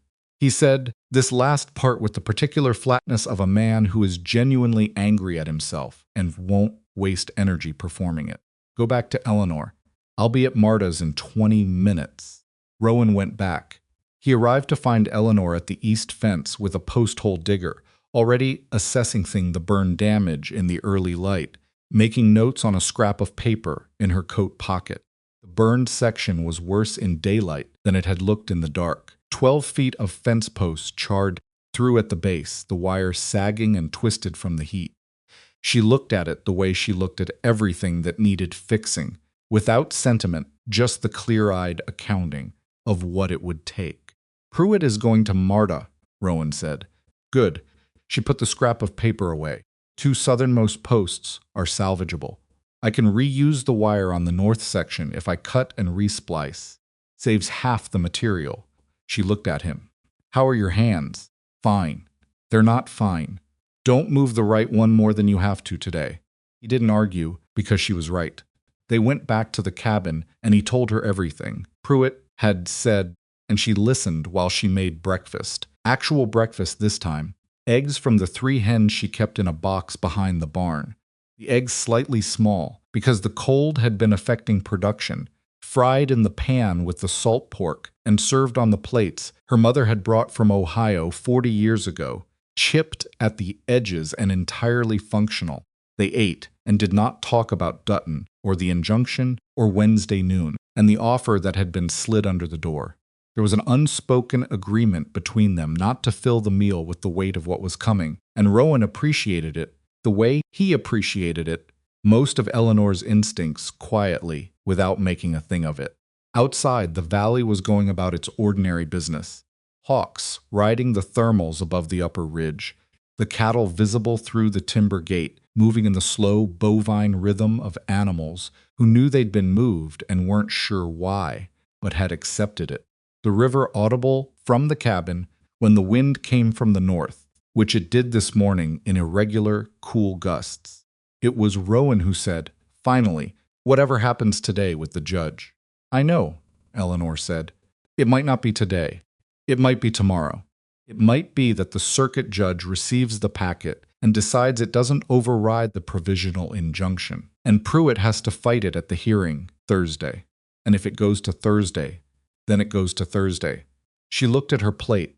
"I've been building this ranch 19 years. I can manage 3 more days." She paused. "What I can't manage is surprises from a direction I haven't looked at." She looked up at him. "Dutton's offer last night. The 5,000. Holbrook authorized that offer before he knew whether the judge had seen our packet, which means he was hedging. He still isn't certain the injunction will hold. He's worried. He should be worried." Something in her face that was not quite satisfaction, but was in the same county. A man who wasn't worried doesn't make an offer at 1 in the morning, through a letter slid under a door. He waits for his lawyers to win in court. She pushed her plate back. He's worried because he has a physician's letter from 18 months ago, and he doesn't know what else we have. He doesn't know about Marta's letters. He doesn't know whether Pruitt can prove the Helena examination was arranged. She looked at the window. We need him to stay worried. How? By not being quiet. She stood up and took the plates to the basin. "I'm going to ride to every neighbor within 5 miles today and tell them exactly what has happened. Not asking for anything. Just telling them." She turned back. "This valley has a memory. People here remember who showed up and who didn't, who told the truth and who didn't. Holbrook is not from here. His lawyer is not from here. The judge who will hear this case on Thursday, if it comes to that, will know this valley and the people in it, and he will know whether Eleanor Whitmore is the kind of person who runs a ranch well or the kind who doesn't." Rowan understood. It wasn't just neighbors. It was witnesses.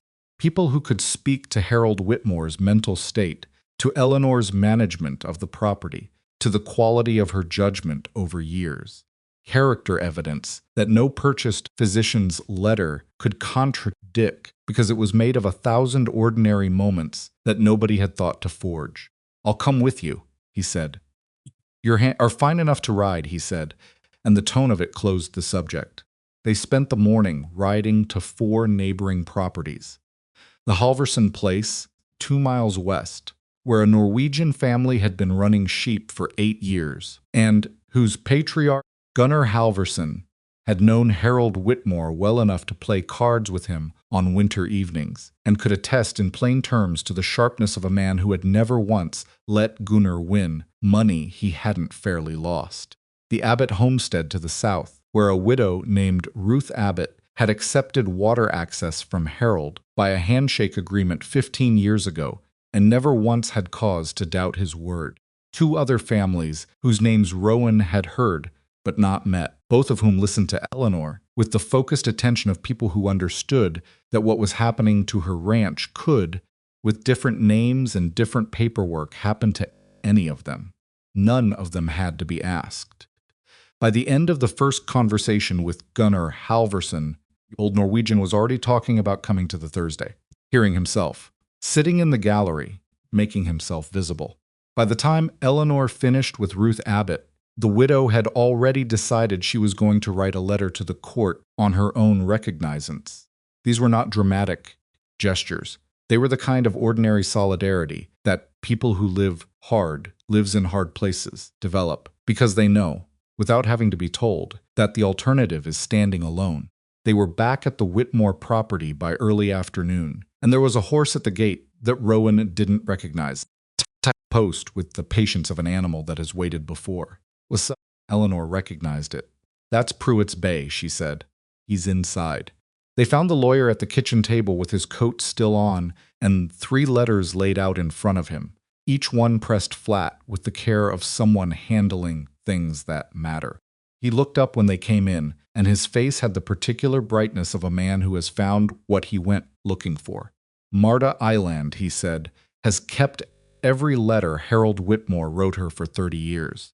74 letters in a tin box. And in the one he wrote from Helena 18 months ago, he describes in some detail a visit to a physician named Dr. Edgar Routh, who he says was recommended to him by the manager of the bank he was visiting a man named Salloway. Pruitt tapped the letter. Harold writes that Dr. Routh seemed more interested in asking him questions about the ranch and his family arrangements than in examining his cough, and that he found this peculiar enough to mention. He also writes, and this is the part that matters that he told Dr. Routh he was considering changing his will and leaving everything to his daughter, and that Routh asked him several questions about that decision that Harold considered impertinent. The room was very quiet. He knew, Eleanor said, not about Halbrook Harold wouldn't have known the name, but about the examination, about what the man was doing. He found it strange enough to write it down. He found it strange enough to describe in some detail. Pruitt agreed, which means we have a letter in Harold Whitmore's own hand, dated 18 months ago, describing the specific examination that Halbrook's injunction is based on, characterizing the physician as inappropriately interested in family and property matters, and demonstrating in the quality and clarity of the writing itself the mental state of a man who was observant, coherent, and suspicious of manipulation. He looked at Eleanor. That letter, presented to a judge, does not just rebut Halbrook's physician's claim. It suggests the examination was arranged specifically to manufacture grounds for a future legal challenge. Which makes it fraud, Rowan said. Which makes it fraud, Pruitt confirmed. Fraud is a matter for the Territorial Attorney General, not just a circuit judge. He gathered the letters carefully. I've already sent a telegraph to the circuit judge's clerk this morning, the one I directed your packet, to requesting an emergency preliminary ruling on the provisional injunction. So I've sent along summaries of what we found with Marta Island as a named witness and her willingness to provide testimony confirmed. He looked at the window, at the light. Clerk sent back a response 2 hours ago. The judge is reviewing the full packet today. He will issue a ruling on the provisional injunction by end of business. Today, Eleanor said. She sat down in the chair across from Pruitt and put her hands flat on the table. And for a moment she just sat there with the posture of someone who has been holding an enormous amount of weight for a very long time and is not yet willing to put it down because putting it down feels like tempting the situation. The ruling comes, she said. If he overrides the provisional injunction, then Halbrook's legal avenue is closed until he can file a new challenge, which requires new evidence, which he doesn't have. Pruitt folded his hands. His purchased physician's letter becomes a liability rather than a weapon, and the pattern of conduct, the forged deed, the intimidation at your cabin, the men at the fence, the arson attempt becomes the subject of a separate investigation that the Territorial Attorney General has already indicated his office is interested in. Already indicated, Rowan said. I may have made a call last evening, Pruitt said, with the mildness of a man who has been in this business long enough to know which calls to make and when to make them. I have a colleague in the AG's office. I gave him the names. Halbrook, Dutton, Routh, Salloway. He straightened his lapel.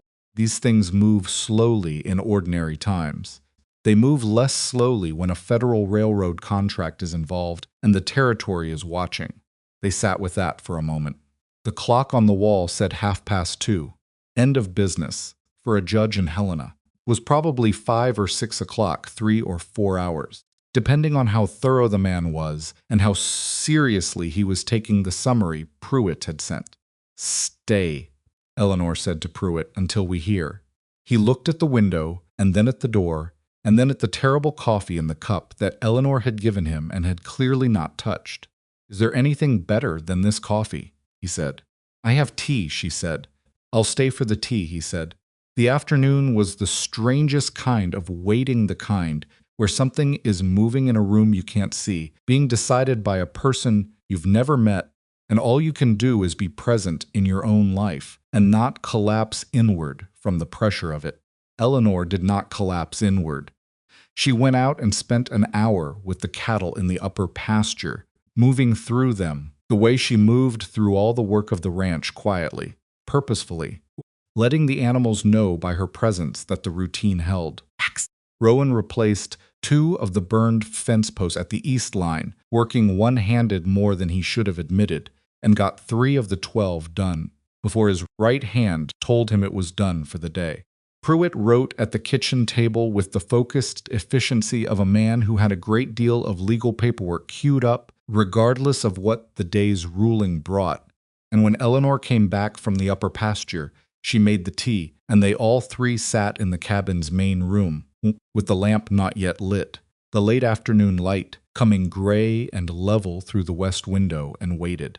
At 4:47, by the clock on the wall, they heard a horse coming fast up the road. Rowan was at the window. Eleanor was at the door. It was Pruitt's clerk, the 15-year-old boy, who had clearly been riding hard and was flushed to his ears and slightly out of breath, holding a telegraph, folded twice and sealed with the clerk's office mark. He handed it to Pruitt without dismounting, which was either urgent professionalism or a boy who had been told to ride fast and get back, and was taking that instruction literally. Pruitt broke the seal. He read it. He read it a second time, which was either because it was complicated or because he needed to be certain. Then he set it on the table and looked at Eleanor. "The provisional injunction is overridden," he said. Circuit Judge Ambrose Cull, sitting in Helena, finds the challenge to Harold Whitmore's testamentary capacity insufficient, on its face given the evidence presented, and orders the Whitmore estate probate to proceed without delay. He is additionally referring the matter of the physician's examination and its circumstances to the Territorial Attorney General for review. Pruitt looked at the telegraph. He also notes, in the concluding paragraph, which is unusual for a circuit ruling, "In my experience, that the conduct of the party challenging the probate suggests a pattern of bad faith that warrants scrutiny beyond this immediate matter." The last of the afternoon light was in the room, long and quiet, and Eleanor was standing very still by the door with her hand on the frame, and Rowan watched her take it in, not with triumph, not with tears, just with the deep, specific stillness of a person who has been fighting for a long time and has suddenly been allowed to stop. "It's done," she said. "The legal challenge is done," Pruitt said carefully. "Halbrook may attempt a new filing, but without the physician's letter, he has no grounds. And with the AG's office involved, attempting a new filing becomes considerably more risky for him." He paused. "I would expect the offer of $5,000 to be formally withdrawn, followed by silence. Men like Halbrook don't linger in situations where exposure is the consequence." Rowan thought about Cord Dutton at the Garrett homestead, about the 4 horses in that barn this morning. He thought Dutton already knew men, like Dutton had ways of knowing before the official communications caught up, and that the Garrett homestead was probably empty. By now, the horses gone north or east, the ashes in the stone fireplace cold. Dutton would not be someone the AG's office could easily find, because men who did Halbrook's field work were good at not being findable when the work went wrong. That was a problem for another time, and different authorities. "The brothers," Eleanor said, "Silas and Warren." Pruitt folded the telegraph and put it in his coat. "Tully has them. The forgery charge is solid the document. Your testimony, my own testimony regarding my signature. They'll face a territorial court date. I won't pretend to you that the outcome is certain, but men who put a woman on the floor of her own cabin and attempt to coerce a property transfer by force do not typically find judges sympathetic." Eleanor nodded. She was quiet for a moment, with the specific weight of it, the fact that the men in question were her brothers, that she had grown up in the same house with them, that Silas had their father's jaw and Warren had their mother's laugh, and that none of this changed what they had done or what she felt about it, and that both of those things were true at the same time and always would be. "I don't want them destroyed," she said finally. "I want them to answer for it. There's a difference." "I know there is," Pruitt said. He left shortly after, riding back toward Bridger Falls with the telegraph in his coat, and the kind of satisfied tiredness that comes from doing difficult work well. Rowan watched him go from the fence, and then turned back to find Eleanor standing at the east fence line, where the burned posts were, looking at the damage in the last light. He went and stood beside her. 3 posts, she said, and the wire. I'll get it done by end of week. 2 posts, he said. I did 3 this afternoon. She looked at his wrapped hand. I know, he said. I was careful. She looked at the fence for a long moment. The sun was behind the mountains now, and the valley was going blue-gray, in the particular way of high country evenings. Temperature dropping fast the way it drops, in places where the sky is wide, and there is nothing to hold the day's warmth once the light is gone. 19 years, she said. I have been on this land 19 years, and I have never had 4 days like the last 4 days. No, I don't recommend them. No. She turned and looked at him, and in the failing light, her face was tired and strong, and exactly what it was no performance. No presentation, just a woman standing on her own land after a very hard week, talking to a man she had known for 4 days, and trusted in the way you only trust people you have been through something real with. What happens now? She said. For you. He looked at the mountains. The upper camp was up there. Cold now, the trap line finished, season turning. He could go back. That had always been the plan. Such as it was finish the fall line, winter somewhere lower, come back in spring. It was a good plan in the sense that it required nothing of him that he hadn't already given. I don't know, he said, which was honest. The east fence needs the wire respliced, she said. The south post I flagged last week is still wrong. It'll go before spring. The barn door needs the hinge replaced properly, not the temporary fix I did in September.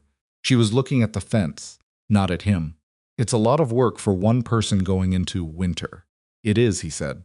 I'm not asking you to stay, she said. I want to be clear about that. You came down the mountain 4 days ago for a stranger, and you have been… She stopped, restarted. You've done more than anyone could have asked. I know that. I'm not going to turn that into an obligation. I know you're not. I'm just noting that there is work, she said. If someone were inclined toward it, he looked at the mountains. Camp he couldn't see. At the valley below it that he had come to 4 years ago, looking for a place that asked nothing of him, and that had eventually, seized, inevitably, asked. There is a thing that happens to people who have spent a long time alone. Not a dramatic thing, no sudden realization, no moment of clarity delivered from above. Just a slow, quiet shift in the weight of the world, where something you had gotten used to carrying alone starts to feel heavier than it used to, and something you had been moving away from, without quite knowing its start, somehow, to be in the direction you are already going. Rowan had carried the weight of the Wyoming territory for 4 years. The wrong ice. The thing that took too long. Specific silence of a camp with one less person in it, which is different from the silence of a camp with no one at all worse, in a way that doesn't announce itself until you've lived in it long enough. He had come to Black Pine looking for the silence of no one at all, and had mostly found it, and it had been adequate. Not good, adequate. The hinge, he said, on the barn door. Problem is the frame, not the hinge. You'd need to reframe the upper corner before the hinge will hold. Turned and looked at him. That's a 2-day job, he said. Minimum. The wood's probably soft from moisture. You'd have to assess it. It is soft, she said. I checked in August. I'd need to look at it. In the morning, she said. The light's gone. In the morning, he agreed. She nodded once, with the same matter-of-fact acceptance with which she received all true things. Then she turned toward the cabin, and he followed her in. And she lit the lamp, and he added wood to the stove, and they made dinner in the ordinary, unspectacular way of 2 people who have shared a space long enough to know how to be in it together without narrating the fact. This is the thing that nobody tells you about resilience. It isn't the moment you survive. It isn't the night you stand your ground, or the morning the ruling comes. Those are the punctuation. The actual substance of a life is everything between the fence posts replaced, the cattle moved, the hinge that needs to be reframed before it will hold, the work that doesn't stop because the crisis does. The ordinary Tuesday morning after the extraordinary Monday, when the land is still there and still needs tending, and the question is simply whether you are still there too. and whether the person standing next to you is going to pick up the other end. Eleanor Whitmore had understood this her whole life. What 19 years on a piece of land teaches, if you pay attention, is that the land doesn't care about the drama. It cares about whether the work got done. It cares about whether the fence holds and the water runs, and the cattle have what they need when winter comes. Stubbornly, relentlessly, usefully indifferent to everything that isn't that. She had been called strong so many times, by so many people, in the weeks that followed. Pruitt, the neighbors, who had written letters, even Ruth Abbott, who was not a woman who scattered compliments, and she accepted it with a kind of deflecting politeness that told Rowan she didn't find it useful. Strong was what you were when you had to be. It was not a personality. It was not an identity. It was a response to conditions, and the conditions had been what they were. And she had done what she'd done, and now there was a barn door hinge to reframe and 63 cattle to bring back down from the upper pasture before the first hard freeze. The Territorial Attorney General's office opened a formal inquiry into Victor Holbrook's conduct 12 days after the circuit judge's ruling. Rowan heard this from Cal Sutter, who heard it from the telegraph operator in Bridger Falls, who heard it from Pruitt's clerk, which was how information moved in a valley that had no newspaper. The inquiry focused on the arranged physician's examination, on the forged deed, on the pattern of land acquisition in 3 other counties, where Holbrook's methods showed similar characteristics. Holbrook himself was in Helena and remained there, managed by lawyers, untouchable in the immediate sense, but visibly diminished a man whose plan had been turned inside out, and whose name had acquired a quality in Territorial's legal circles that made future maneuvering significantly harder. Poor Dutton was not found. Rowan had expected this. Men like Dutton were not designed to be findable when their employers' situations deteriorated. He was somewhere, probably in another territory, with another name and another employer, doing some of the same work. Unsatisfying, and it was the reality of it, and Eleanor accepted it with the same clear-eyed acknowledgement with which she accepted all realities. Silas and Warren faced the territorial court in November. Silas took a plea that Pruitt had negotiated with the court 2 years of supervised labor at the territorial work camp, which was neither harsh enough for Eleanor's worst feelings about the situation nor lenient enough for whatever vestigial family feeling remained, which was exactly where a compromise should land. Warren, whose role in the actual physical assault had been somewhat less direct, received a lesser arrangement and was ordered out of the territory for 5 years. Eleanor was not in the courtroom for either proceeding. She was at the ranch. She had work to do. She rode into Bridger Falls the day after the sentencing, and she stood outside Hector Baines's feed store for 3 minutes before she went in. Baines saw her come through the door and straightened up from behind the counter, with the wariness of a man who has earned wariness and knows it. "Eleanor," he said. "Hector," she said. "I need 100 pounds of oat feed and 60 pounds of mineral block for winter. Same as last year." She looked at him directly. "You can carry the account same as usual until spring." He looked at her. He understood what this was not forgiveness exactly, because some things don't fit that word cleanly, but something practical and forward-facing. The decision to continue a functional relationship, because the alternative serves nobody, and the alternative is, in the end, a form of holding onto something that isn't worth the holding. "I'll have it out by end of day," he said. "Afternoon is fine," she said. "I'll be here." She was there. The feed came. Life continued in the direction of life. By the time the first real snow fell on Black Pine Valley the 3rd week of November, a steady, serious snow that came down for 2 days and left 8 inches, and meant it. The barn door hinge had been reframed and rehung. The east fence was fully repaired. The south post had been reset, and the cattle were wintered in the lower pasture with the hay that Eleanor and Rowan had spent October stacking in the barn, which was enough moat.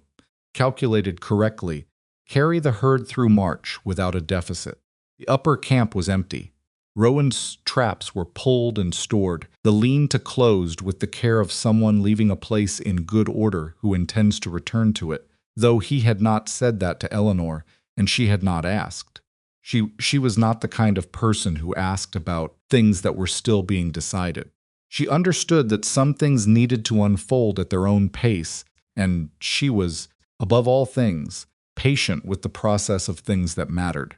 He had moved his gear to the cabin's back room in early November, which had been her father's room, and which still held the faint, complicated smell of an old man who had worked hard all his life and read land law for recreation. He had made no great thing of it, and she had made no great thing of it, and it was understood between them in the way that things are understood between people who have been through enough together that the words feel redundant. On the first morning after the snow stopped, they walked the fence line together to check for damaged split posts, wire pulled by the weight of ice, the particular problems that deep snow reveals in structures you thought were solid. It was cold enough that their breath came white, and the valley was very quiet. The kind of quiet that only happens under fresh snow, when the world is muffled and specific, and everything close-up is very clear. The fence was mostly sound. One wire down at the north section which Eleanor noted and which they would fix when the temperature came up. Cottonwood stand was heavy with snow, the branches weighted low, the ground between the trees unmarked, except for a single line of deer tracks. Eleanor stopped at the north fence and looked out at the open range beyond, white and empty, and going on until it reached the foothills. She stood there for a moment without saying anything, and Rowan stood beside her and did not fill the silence. "He won," she said. "You understand that," he looked at her. "Who, my father?" She was looking at the mountains. Whatever he intended when he wrote that will, whatever he hoped would happen, it happened. The land is still here. It's going to stay here. She was quiet for a moment. He wasn't a man who expected to be thanked for things, but I think about what it took for him to write those papers. He knew it would cause exactly this kind of trouble. He did it anyway, because he thought it was right. She stopped. I didn't agree with him on much. I agree with him on that. Rowan thought about Harold Whitmore, whom he had never met, writing a will that was essentially an act of defiance. Defiance of convention, of the expectation that property followed sons, of the easier path that would have divided the ranch 3 ways and avoided the conflict. He had looked at his land and his 3 children and made a judgment about who understood it and who would protect it, and he had been right. And it had cost Eleanor a great deal, and it had been the right decision. There are people who think that doing the right thing means it costs nothing. Those people have not done enough right things. "Come on," Eleanor said, turned from the fence. "Wire's not going to fix itself." He followed her back along the fence line, their boots making twin tracks through the snow, parallel and close, and the valley held them both in its winter silence. And the river ran cold, somewhere under the ice at the north edge of the property, doing what it had always done, and the land was hers, and the work was real, and the morning was clear and very cold, and going on as long as mornings go on, which in Black Pine Valley, in the right company, turned out to be longer than either of them had thought to expect. Some places choose you. You think you chose them. You think it was a decision you made, a direction you pointed yourself, a calculation about distance and difficulty, and what you could manage alone. But then something happens. Some scream comes down a mountain, or some document lands on a table, and you discover that the place had been waiting, and the person had been waiting. And the only question was whether you were paying the right kind of attention when it did. Eleanor Whitmore had paid attention her whole life. It had cost her a great deal and given her everything she had, and she would not have traded the arrangement, not for $5,000 or 5 times that, not for a life without a bruise under her eye and burned fence posts, and brothers who had chosen the wrong side of themselves when it mattered, and Rowan Cade, who had come down a mountain in the rain for a stranger 4 weeks ago, walked beside her through the snow on a Tuesday morning in November with a bad knee and 2 burned fingers and no particular plan beyond the next fence post, and found that this of all things, was enough more than enough, more than the mountain had ever been able to offer, because the mountain had offered him the absence of things. And what was here, on this cold and ordinary and entirely sufficient morning, was the presence of them. The snow held, the fence held, and in Black Pine Valley, which has a long memory and a longer winter, the name Whitmore meant something different from that season forward. Not the large woman they'd underestimated, not the daughter who'd inherited what the sons expected, but simply the person who had known what the land was worth and had not let go of it, which is the oldest and most sufficient definition of belonging that the frontier ever offered to anyone who had the patience to earn it.